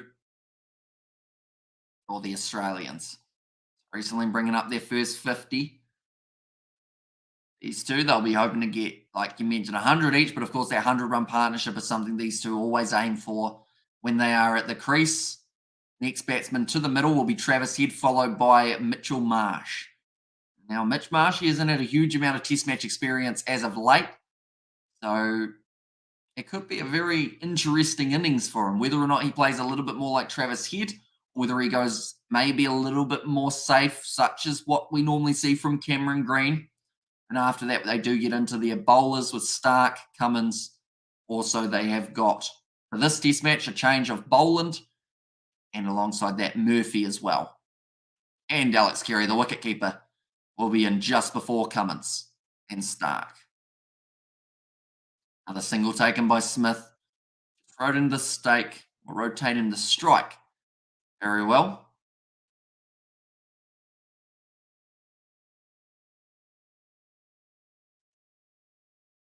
.93 for the average speed in this series for Mark Wood, compared to the 84.9 average of Josh Tongue. And I think it was last English Ashes series that Marsh played a test. Yeah, it's been quite some time. And he's been unlucky with a lot of injuries. I'm wondering whether or not they will see him as a bowling option, similar to what Cam Green is. But I'd hate to see him get injured again from bowling. And then that would mean that he misses more than likely the BBL, just because he is one of those players that, in a way, it's impressive that when he injures himself, he makes sure he does a good job rather than just a little injury. Oh, that's nice. I liked it, but I'm going to say not out. The finger was thinking about it. Might have been going down leg a little bit. Well, of course, we've got to remember with this surface, a little bit bouncier than previously. Stokes not even worth the review, he decides.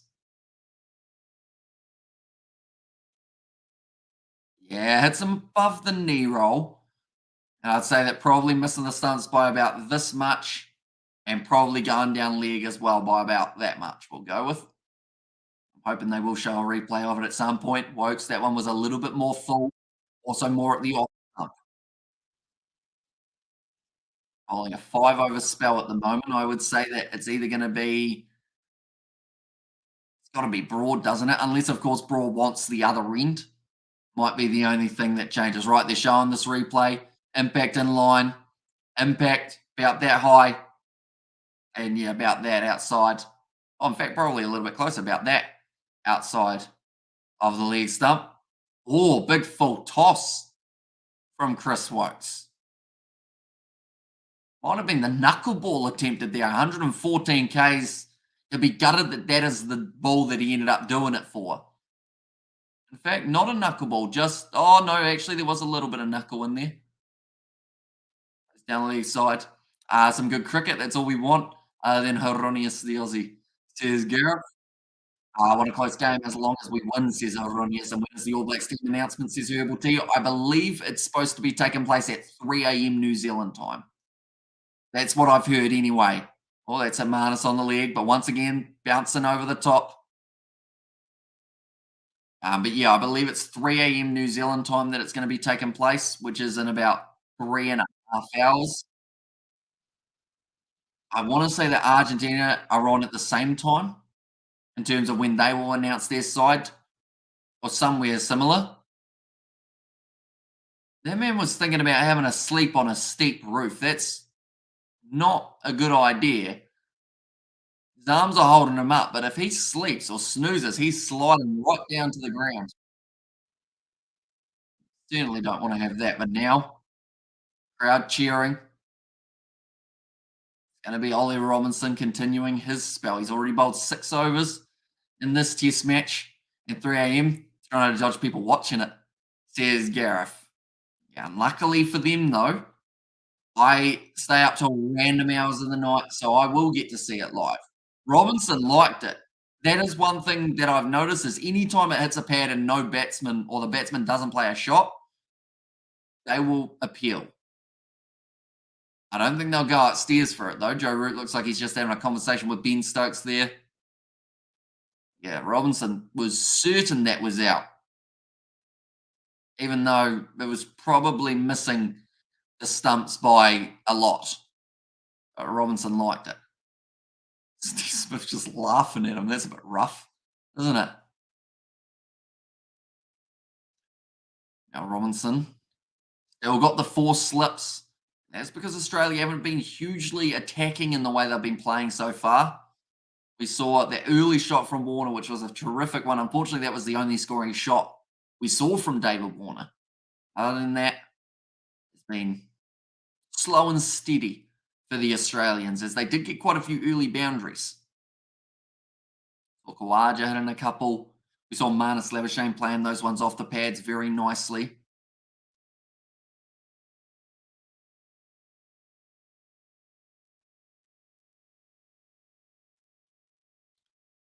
Slight change now. So they've got a leg slip and a leg gully. So there's not a huge amount of men in front of the bat. Oh, it's Bairstow's dropped it. Unfortunately, Johnny Bairstow, that has almost summed up his Ashes series as a keeper. It was a tough chance, but he got a hand to it, and he would have been very disappointed to not be able to take it. It's the pat on the back from Ben Stokes for the effort. But if that one stuck, that was going to be massive for them. He was going that way. Yeah, it was fingertips for Bairstow.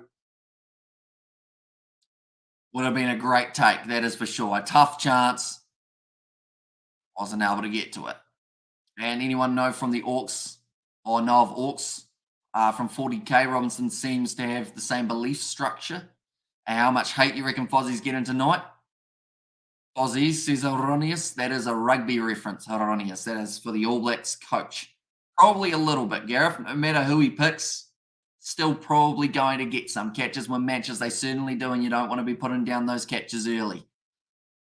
You have to say, to even get a hand to it, he's done pretty well. But the fact that he got a hand to it or the fingertips to it, he would have thought in his own mind he should have taken it.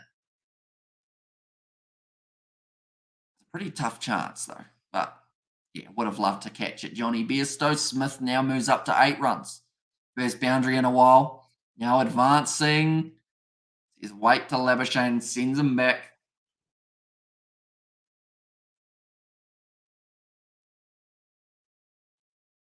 Just showing that Warner wicket again.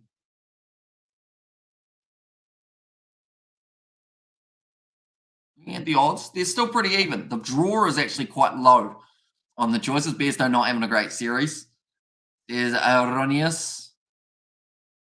Yeah, he has dropped a lot of catches, unfortunately, Bairstow, but it's a tough job being a wicket keeper. A lot of pressure on you.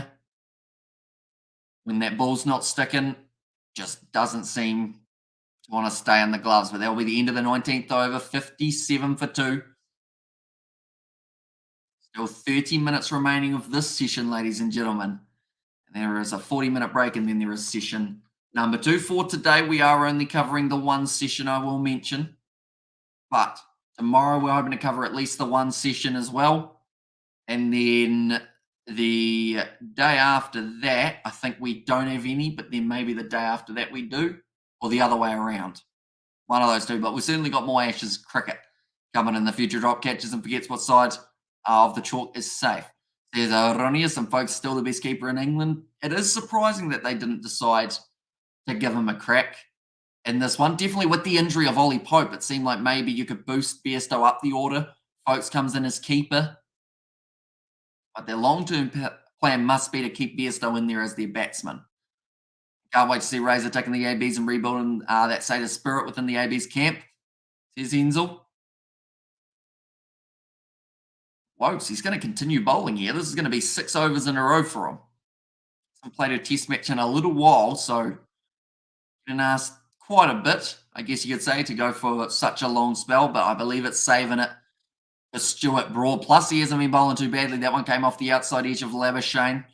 And a deep third man, and the boundary is just that quick. Well, the outfield, I should say, that it just races to the boundary for 4.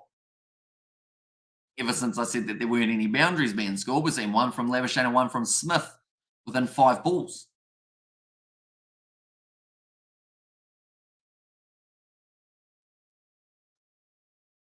Very nicely done, though, by Woakes to be able to square up Labuschagne early.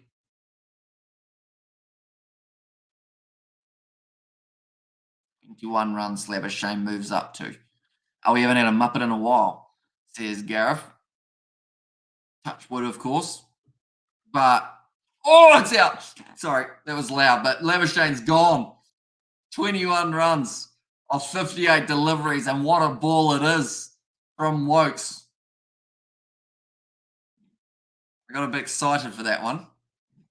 Just a little bit, but I mentioned it earlier on that if they can get Labuschagne or Smith out in this innings or in this session, hugely beneficial for them. And the fact that they've still got half an hour that they could possibly get the other man out is pretty big for them. But Woakes gets the wicket in his 6th over, or in his 6th over of bowling, fired up.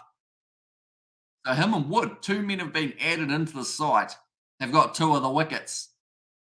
Well, says Enzo, and out, says Blues Nate. That's now going to make the score 61 for 3. This is probably the most under pressure we've seen this Australian top order. And on your lad, I get that up here. This is not going great. Says Ronius, a nice 1 more wicket in a say England session. Says Gareth. Although even without another wicket, you'd still say with the 3 wickets that they've been able to get, and the fact that those runs are a little bit down for the Aussies, they're probably still pretty good shape overall for this session anyway, the Old English, but 1 more would be huge. Let's go, says Blues Nate. Now Travis Head will be making his way up to the middle. It's an average of 46.41, his best is 175. And great stuff, series need to get to 2-2, says Hensel. Yeah, England have come out with a fire lit underneath them for today, it would seem. Right. Don't do that to me, says Ronius. For the series needs to get to 2-2, I assume, and 275 will be that good score I said earlier, says Lionel. Now, how does Travis Head approach this innings? Because he's been decent in the past. He's good at scoring runs in a quick hurry, or in a hurry anyway. So does he go aggressive, or does he play patiently? I think he'll have to play patiently just for a start. He's got 25 minutes left of this session before getting into session number 2. We need to win it before the 5th game, says Oronius. Although, even though you want Australia to win badly, you've got to admit, if it goes down to the last test match, It would be very exciting or very nerve-wracking, which is what everyone wants in an Ashes series. Great take from Joe Root at first slip. Watched it into his hands. Pitched up there to Travis Head. Oh, he's got it through the fielder at mid-on. In fact, mid-off it was. And that'll be 4 runs for Travis Head. A little bit over pitch from Woakes, and we know that Travis Head likes to go after the ball if it is not quite where it needs to be bowled. Nice and solid with that shot, though. Playing it well, Travis Head. The cricket isn't enjoyed, it's endured, says Erroneous. He'll be out before lunch, says Lionel. Well, I am enjoying the cricket at the moment, Erroneous. The action we are seeing. And I think a lot of people want to see an enjoyable Ashes series. And Erroneous, let's keep it interesting at 2-2. And the Aussies can win it in the last test, says Hensel. See, that's a bit of negotiation. I feel like that's a pretty fair negotiation as well, isn't it? The fact that you're willing to say 2 test matches go England's favour for the sake of the series. I respect it, Hensel. That'll be 2 boundaries in the over, but the wicket's still falling. That might be the end of Woakes' spell, although you wonder whether or not he'll get one more now due to getting himself that wicket. Smith back on strike. And same here, enjoying crickets in the Kiwi Lads commentary, says Blues Nate. Yeah, it's nice having cricket back. It's one of those ones that last couple months before this, I think the game we covered most recently was probably the West Indies versus South Africa T20 series. Oh, that came back in off the seam by Robinson, and they will take the single again. And good commentary, agreed, says Heronius. But yeah, it's kind of a nice gap filler in terms of the cricket season because not too many people are playing cricket at the moment. The Ashes, we get to see it, and then it kind of builds towards that end of year tour that all the sides seem to do. Now, all it does is make you want to play cricket, doesn't it? I know that for me, I've got about maybe 3 more months, if not 4, before we get back into the cricket season, but we're getting close to the stage of getting back into training, trying to get a little bit better so that I can do all right in the GoPro cricket videos. We've still got about 3 or 4 of those to be released as well, I should mention, so be sure, keep an eye out for those. Short ball from Ollie Robinson, not a huge amount of pace on it though, 128 Ks. Didn't really carry through the way Travis Head thought that it would be.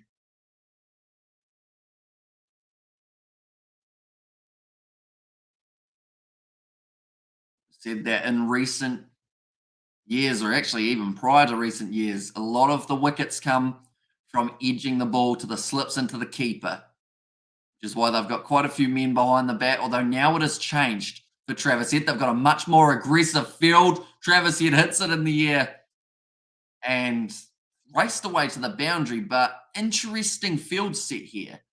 The fact that they've already gone to I guess you could call it almost a negative field set to Travis Head.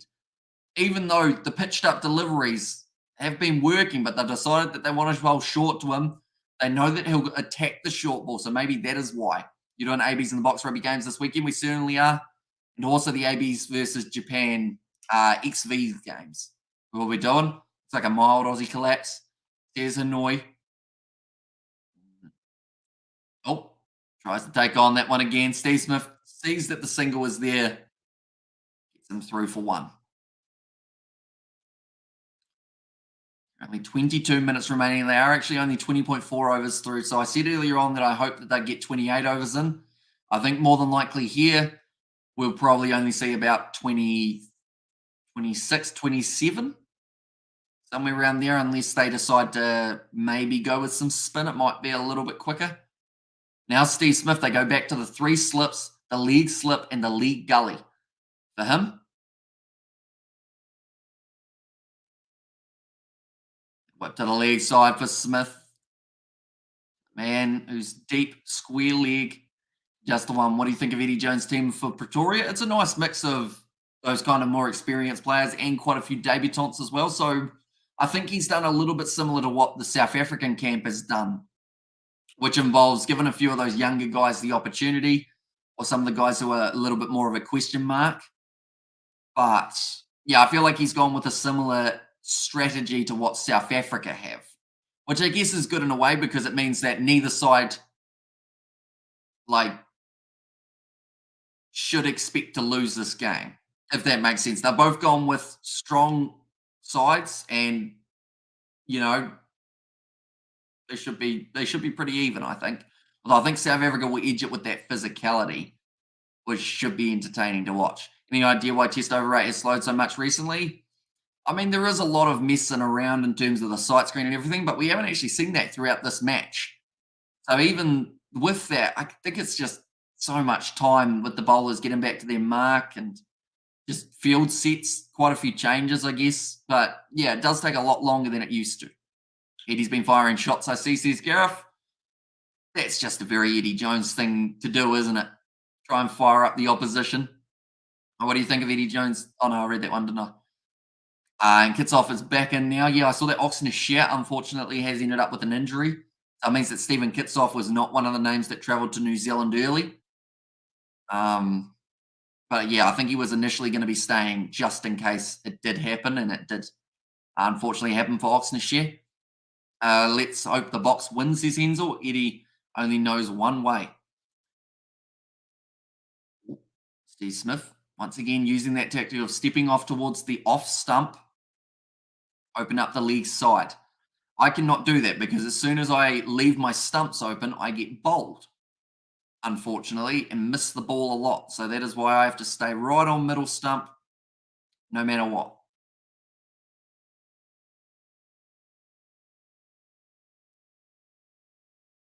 Got about 16 or no, actually 19 minutes, I think, remaining. Oh, Steve Smith goes after that one. And he's got a hold of that 6 runs, the first 6 of the day. I do appreciate a Jones Mind Games play. Says Gareth. It's always intriguing to see how people react to it because some people think it's some people think that it's annoying, some people think that it's funny, some people think that it's like, good strategy, but it seems to be a little bit different. That's because you are a regular person, not some sort of batting demigod. Or to be fair, if I just don't if I stand where I normally do, I think I've been bowled twice this season. 3 times. Twice. Twice this season, I think. First time was my first game back after 10 years. So I counted myself slightly unlucky because he bowled a ripper of a delivery. But the second time I chopped on, and that's the most frustrating thing. When you're playing in a match and you play a shot you don't normally play and you end up chopping it onto the stumps, very unfortunate. That is actually going to be in a video in the near future on the channel. So you will get to see my sadness. Eddie Jones is trash, says Blues Nate. Springboks will take it this weekend, says Timmy Smith, I should say. Wood was pretty quick, getting up to 152 Ks before, says Annoy. He's a quick bowler, Mark Wood. I think his quickest ball was 96 miles per hour, something like that. I think he got up to 154 or 55, which is pretty insane. When you compare it to Robinson at the other end, who's just nowhere near that same speed. Eddie Jones, we're firing it off. And when Fiji beat them in the group stage of the Rugby World Cup, says Lionel. You can't even get the job done. Oh, it's a nice ball from Woakes. A little bit of extra bounce on that one. Did you chop the ball onto your stumps like Jeff Marsh did regularly in the 90s? Well, that is a little bit before my time, slightly, but it was chasing a slightly wider ball and trying to play a different shot than I normally would. I tried to play a bit of a dabble at it and try and glide it down to third man. Can't even get the job done, just one job. Eddie Jones trash. Says Nate, and 666 the number of the beast Smithy. Says a Roman. And how old are you, says Heronius? I am 23. Some people say I look 30, some people say I look 22. So somewhere around the middle. Or a little bit closer to the 22. Eddie Jones will be... Oh, no, I read that one, didn't I? And Woods is a quickie, mate.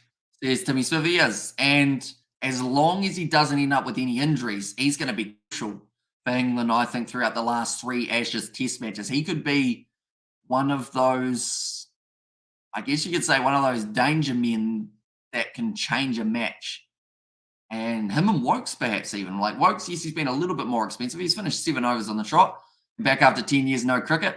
Yeah, which sounds weird to say, doesn't it? Because like I'm not that old in the scheme of things in terms of like since I played, but yeah, I used to play at a relatively decent level.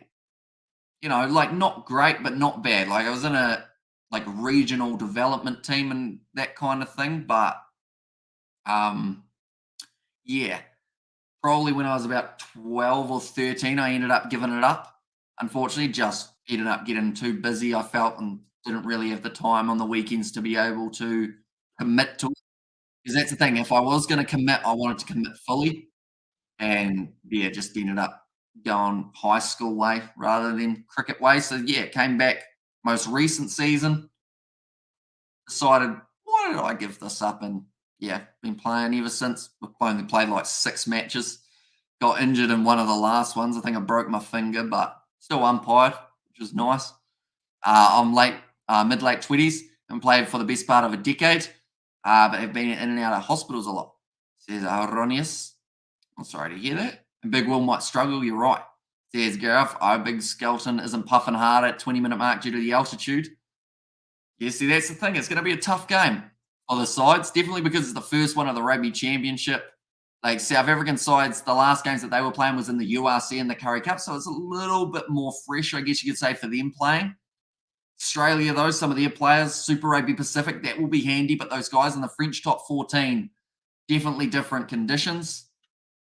Going to be a good one, though. We always put the replica of the Bledisloe out there. The original cup is covered in cobwebs, 2 decades. There's Nate. Should mention Stuart Broad back into the bowling attack. Has had 2 dots so far. Another short ball to hit. So it seems like England straight away for Travis Head after doing 1 pitched up delivery and him hitting it down the ground for 4. They've decided that the tactic to him is to keep on bowling short until he gives his wicket away. I mean, that's a tactic that worked very well throughout the second test match for both sides. It's just a little bit of a shame that it's this early on that they've decided that they need to go to that tactic rather than seeing if they can get that ball maybe still swinging through the air. Evan Ruiz gets a chance. We're good to see him. Says Annoy. I have a feeling Aussies will win against the Box. Don't know why. Perhaps too much arrogance in the Box camp. Says Paul. Oh, Travis Head almost stepping onto his stumps there.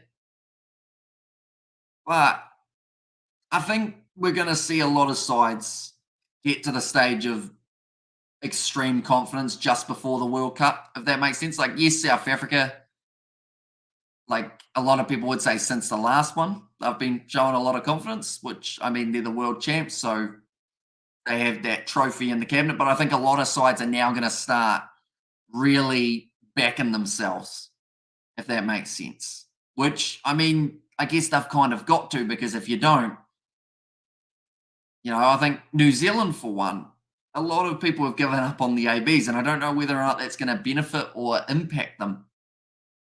I feel like they won't mind being slightly considered as a dark horse in the comp, although with a kit like they have, they won't want too much of the limelight, I wouldn't be thinking. Henley has typical English conditions. Says Natrino. Yeah, there's some good games coming up. The warm-up games for the World Cup. We get to see almost like a mini Six Nations take place between a few of the Northern Hemisphere sides. We get to see, I mean, the Pacific Nations Cup kind of competition is coming back with Samoa, Fiji, Japan, and Tonga. Another short ball left alone by Head. That'll be the end of the over, 80 for 3. And how good do you think the Fijians will be in the World Cup, especially for warm-up games? French players mixing in. Or mixing it with Super Rugby players.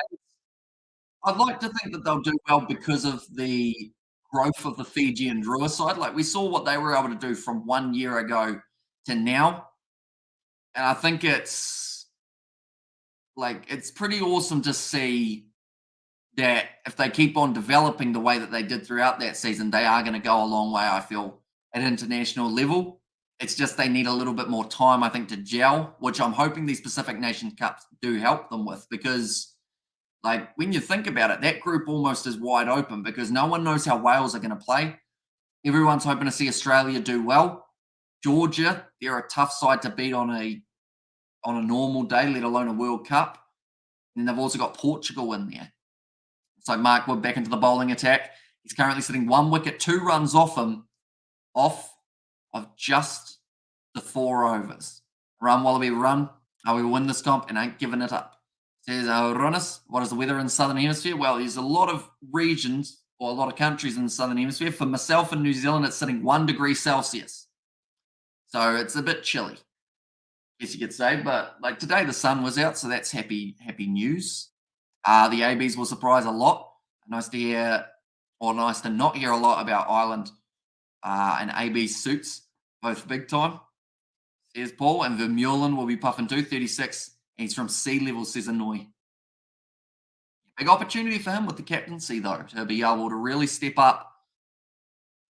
Shot from Steve Smith.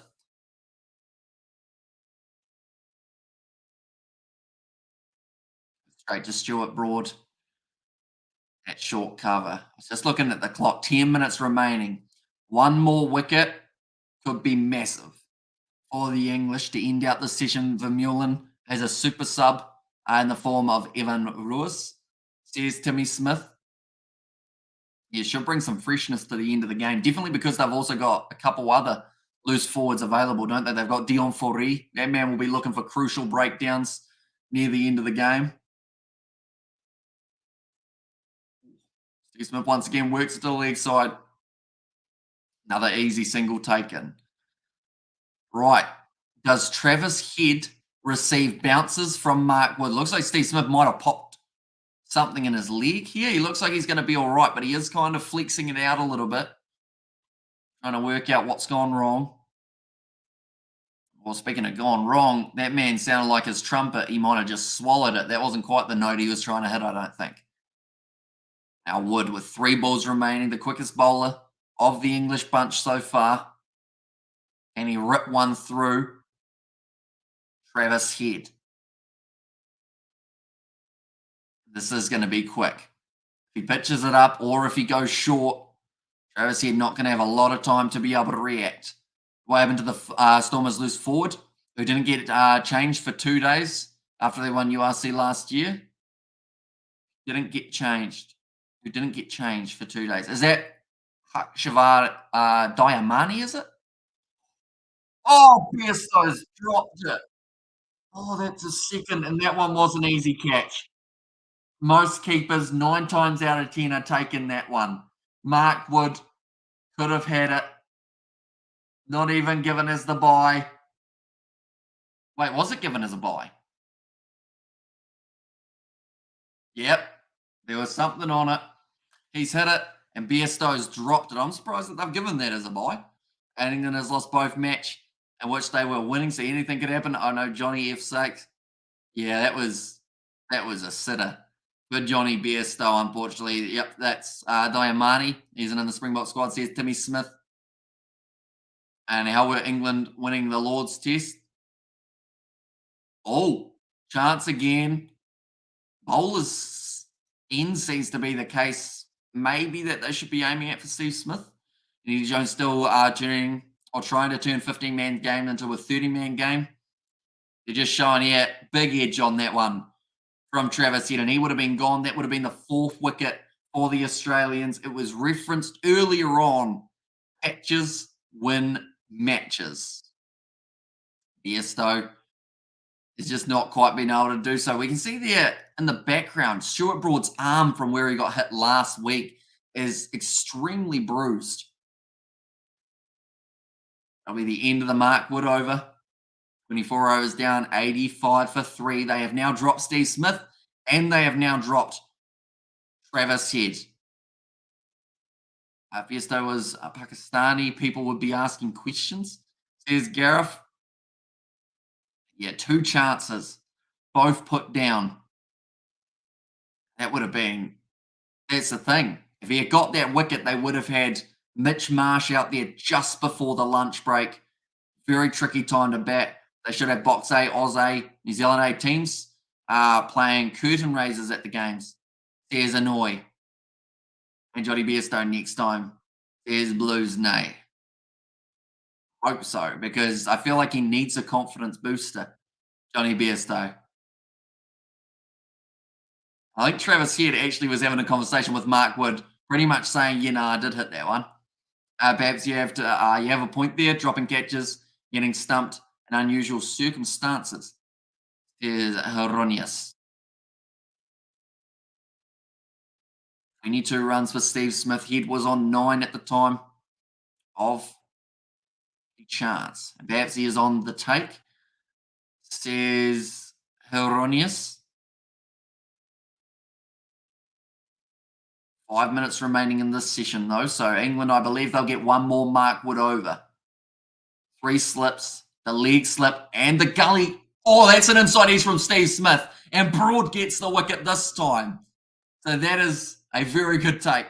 Even though it went straight to him, Johnny Bairstow, very important one. Steve Smith did not hear the noise, so he has reviewed it, which of course makes the crowd boo.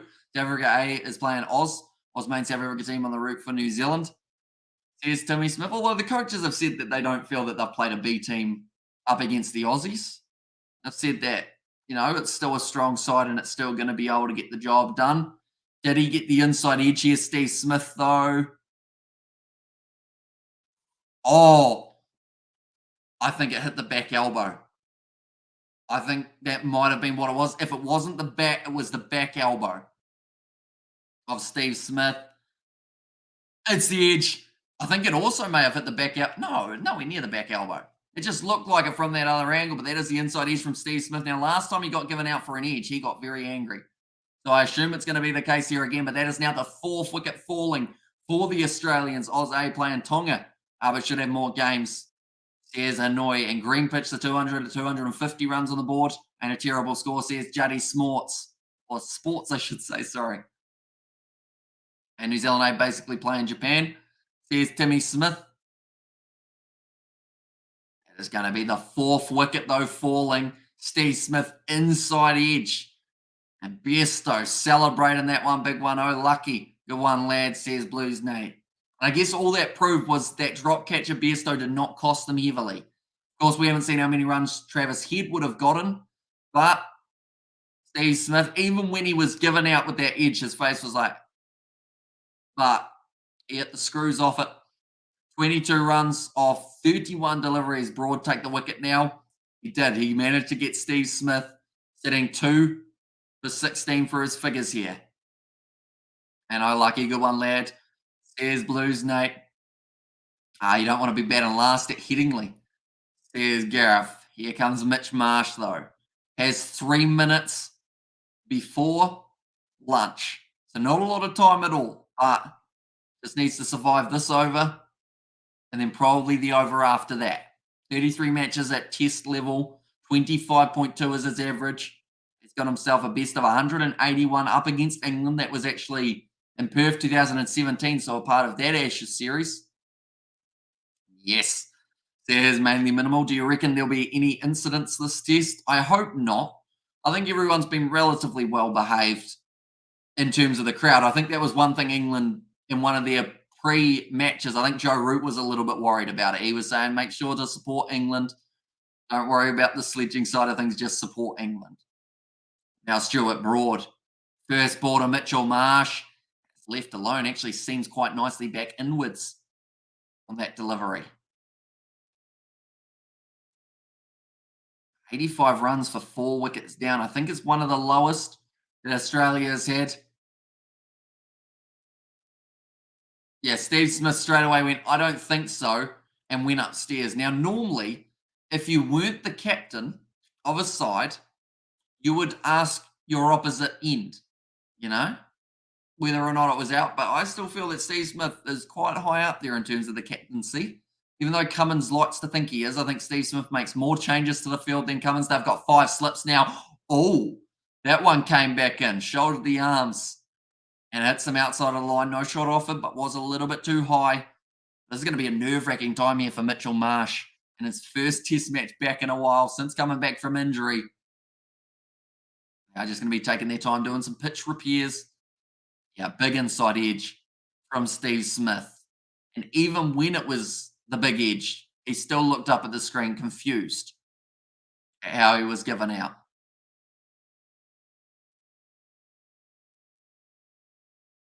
Five slips, Manning close on the leg side, solid from Marsh, right out of the middle of the bat. It's it out to cover. It looks like England going to be running this one through. They want to get one more over in before lunchtime, which is fair enough because, I mean, Mark Wood, certainly an option that could be very handy, I think.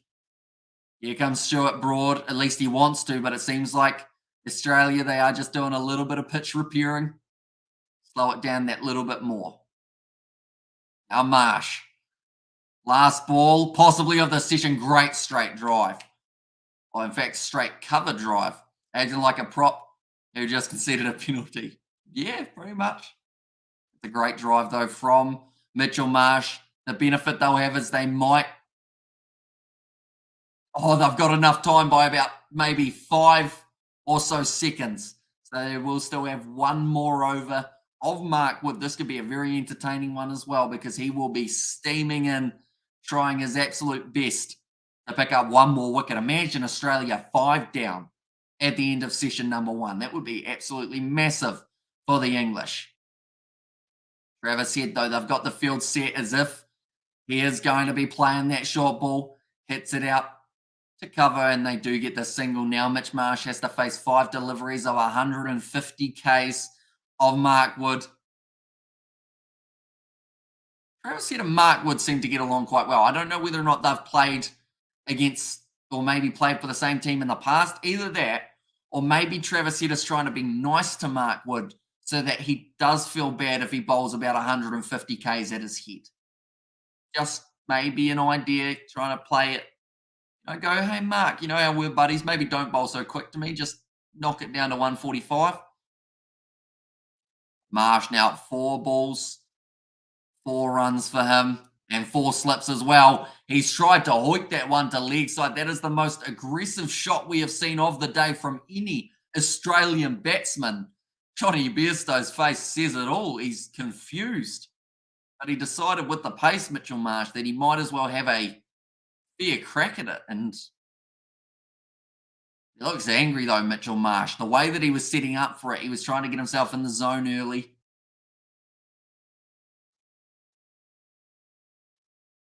Went after it big time. T20 says Enzo. Yeah, both batsmen do specialise in the T20 game.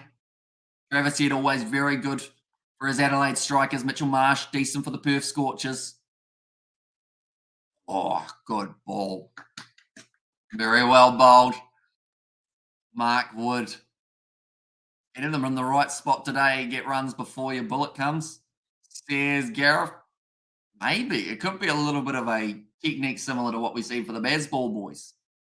It's just pretty much try and get as many runs on the board so that if the pitch is playing well, you know, you still have some runs to show for it. At the moment, 90 runs for Australia, not too bad. They are going at about that 3.3 maybe and over, somewhere around there, but it'll be close to 5 down, depending on how Mark Wood finishes off this 26th over. That one was straight from him. He has fallen over again. That is just something that Mark Wood's knees have become accustomed to.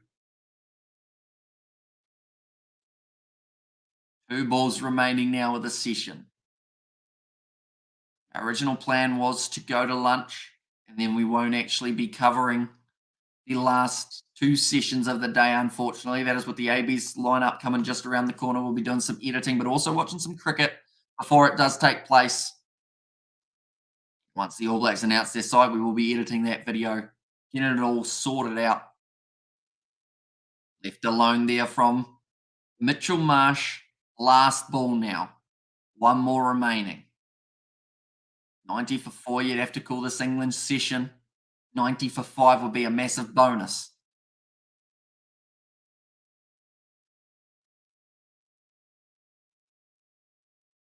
Cool, calm and collected at the moment, Marsh, after that little bit of a aggressive shot attempt earlier on. Right, short leg is now not in close anymore. They've put 1 more slip in. You would think that this is going to be quick. You would think this one's going to be aimed at off stump and pitched up. It's kind of got to be, and that might be the ball that Marsh does decide is worth having a crack at. No, it's to the leg side. Worked away for one. And that will be the end of a very entertaining session. 91 for 4. The Australians finish up. I enjoyed that. Thank you, says Lionel. No worries at all. We will be back, of course, for tomorrow night. We are going to be doing the first session, maybe even the second as well, depending on the schedule for us here in New Zealand. It's currently midnight. Yeah, 3 a.m. is when the All Blacks squad is going to be announced for their game up against the Argentines. Tomorrow night, we will have the live podcast over on the Rugby Recap YouTube channel that has just very recently started up, but we will have that posted in the community link or the community section of the channel and also over on the Discord as well. But I do thank you all very much for tuning into this live stream. Hugely appreciate you all being there for yet again another Ashes Test match. This one looks like it's going to be a very awesome one to watch. And I'm intrigued to see how England go on this next session now, seeing as they have started with those 4 wickets. But thank you all very much for tuning in. We'll see you all for the next one.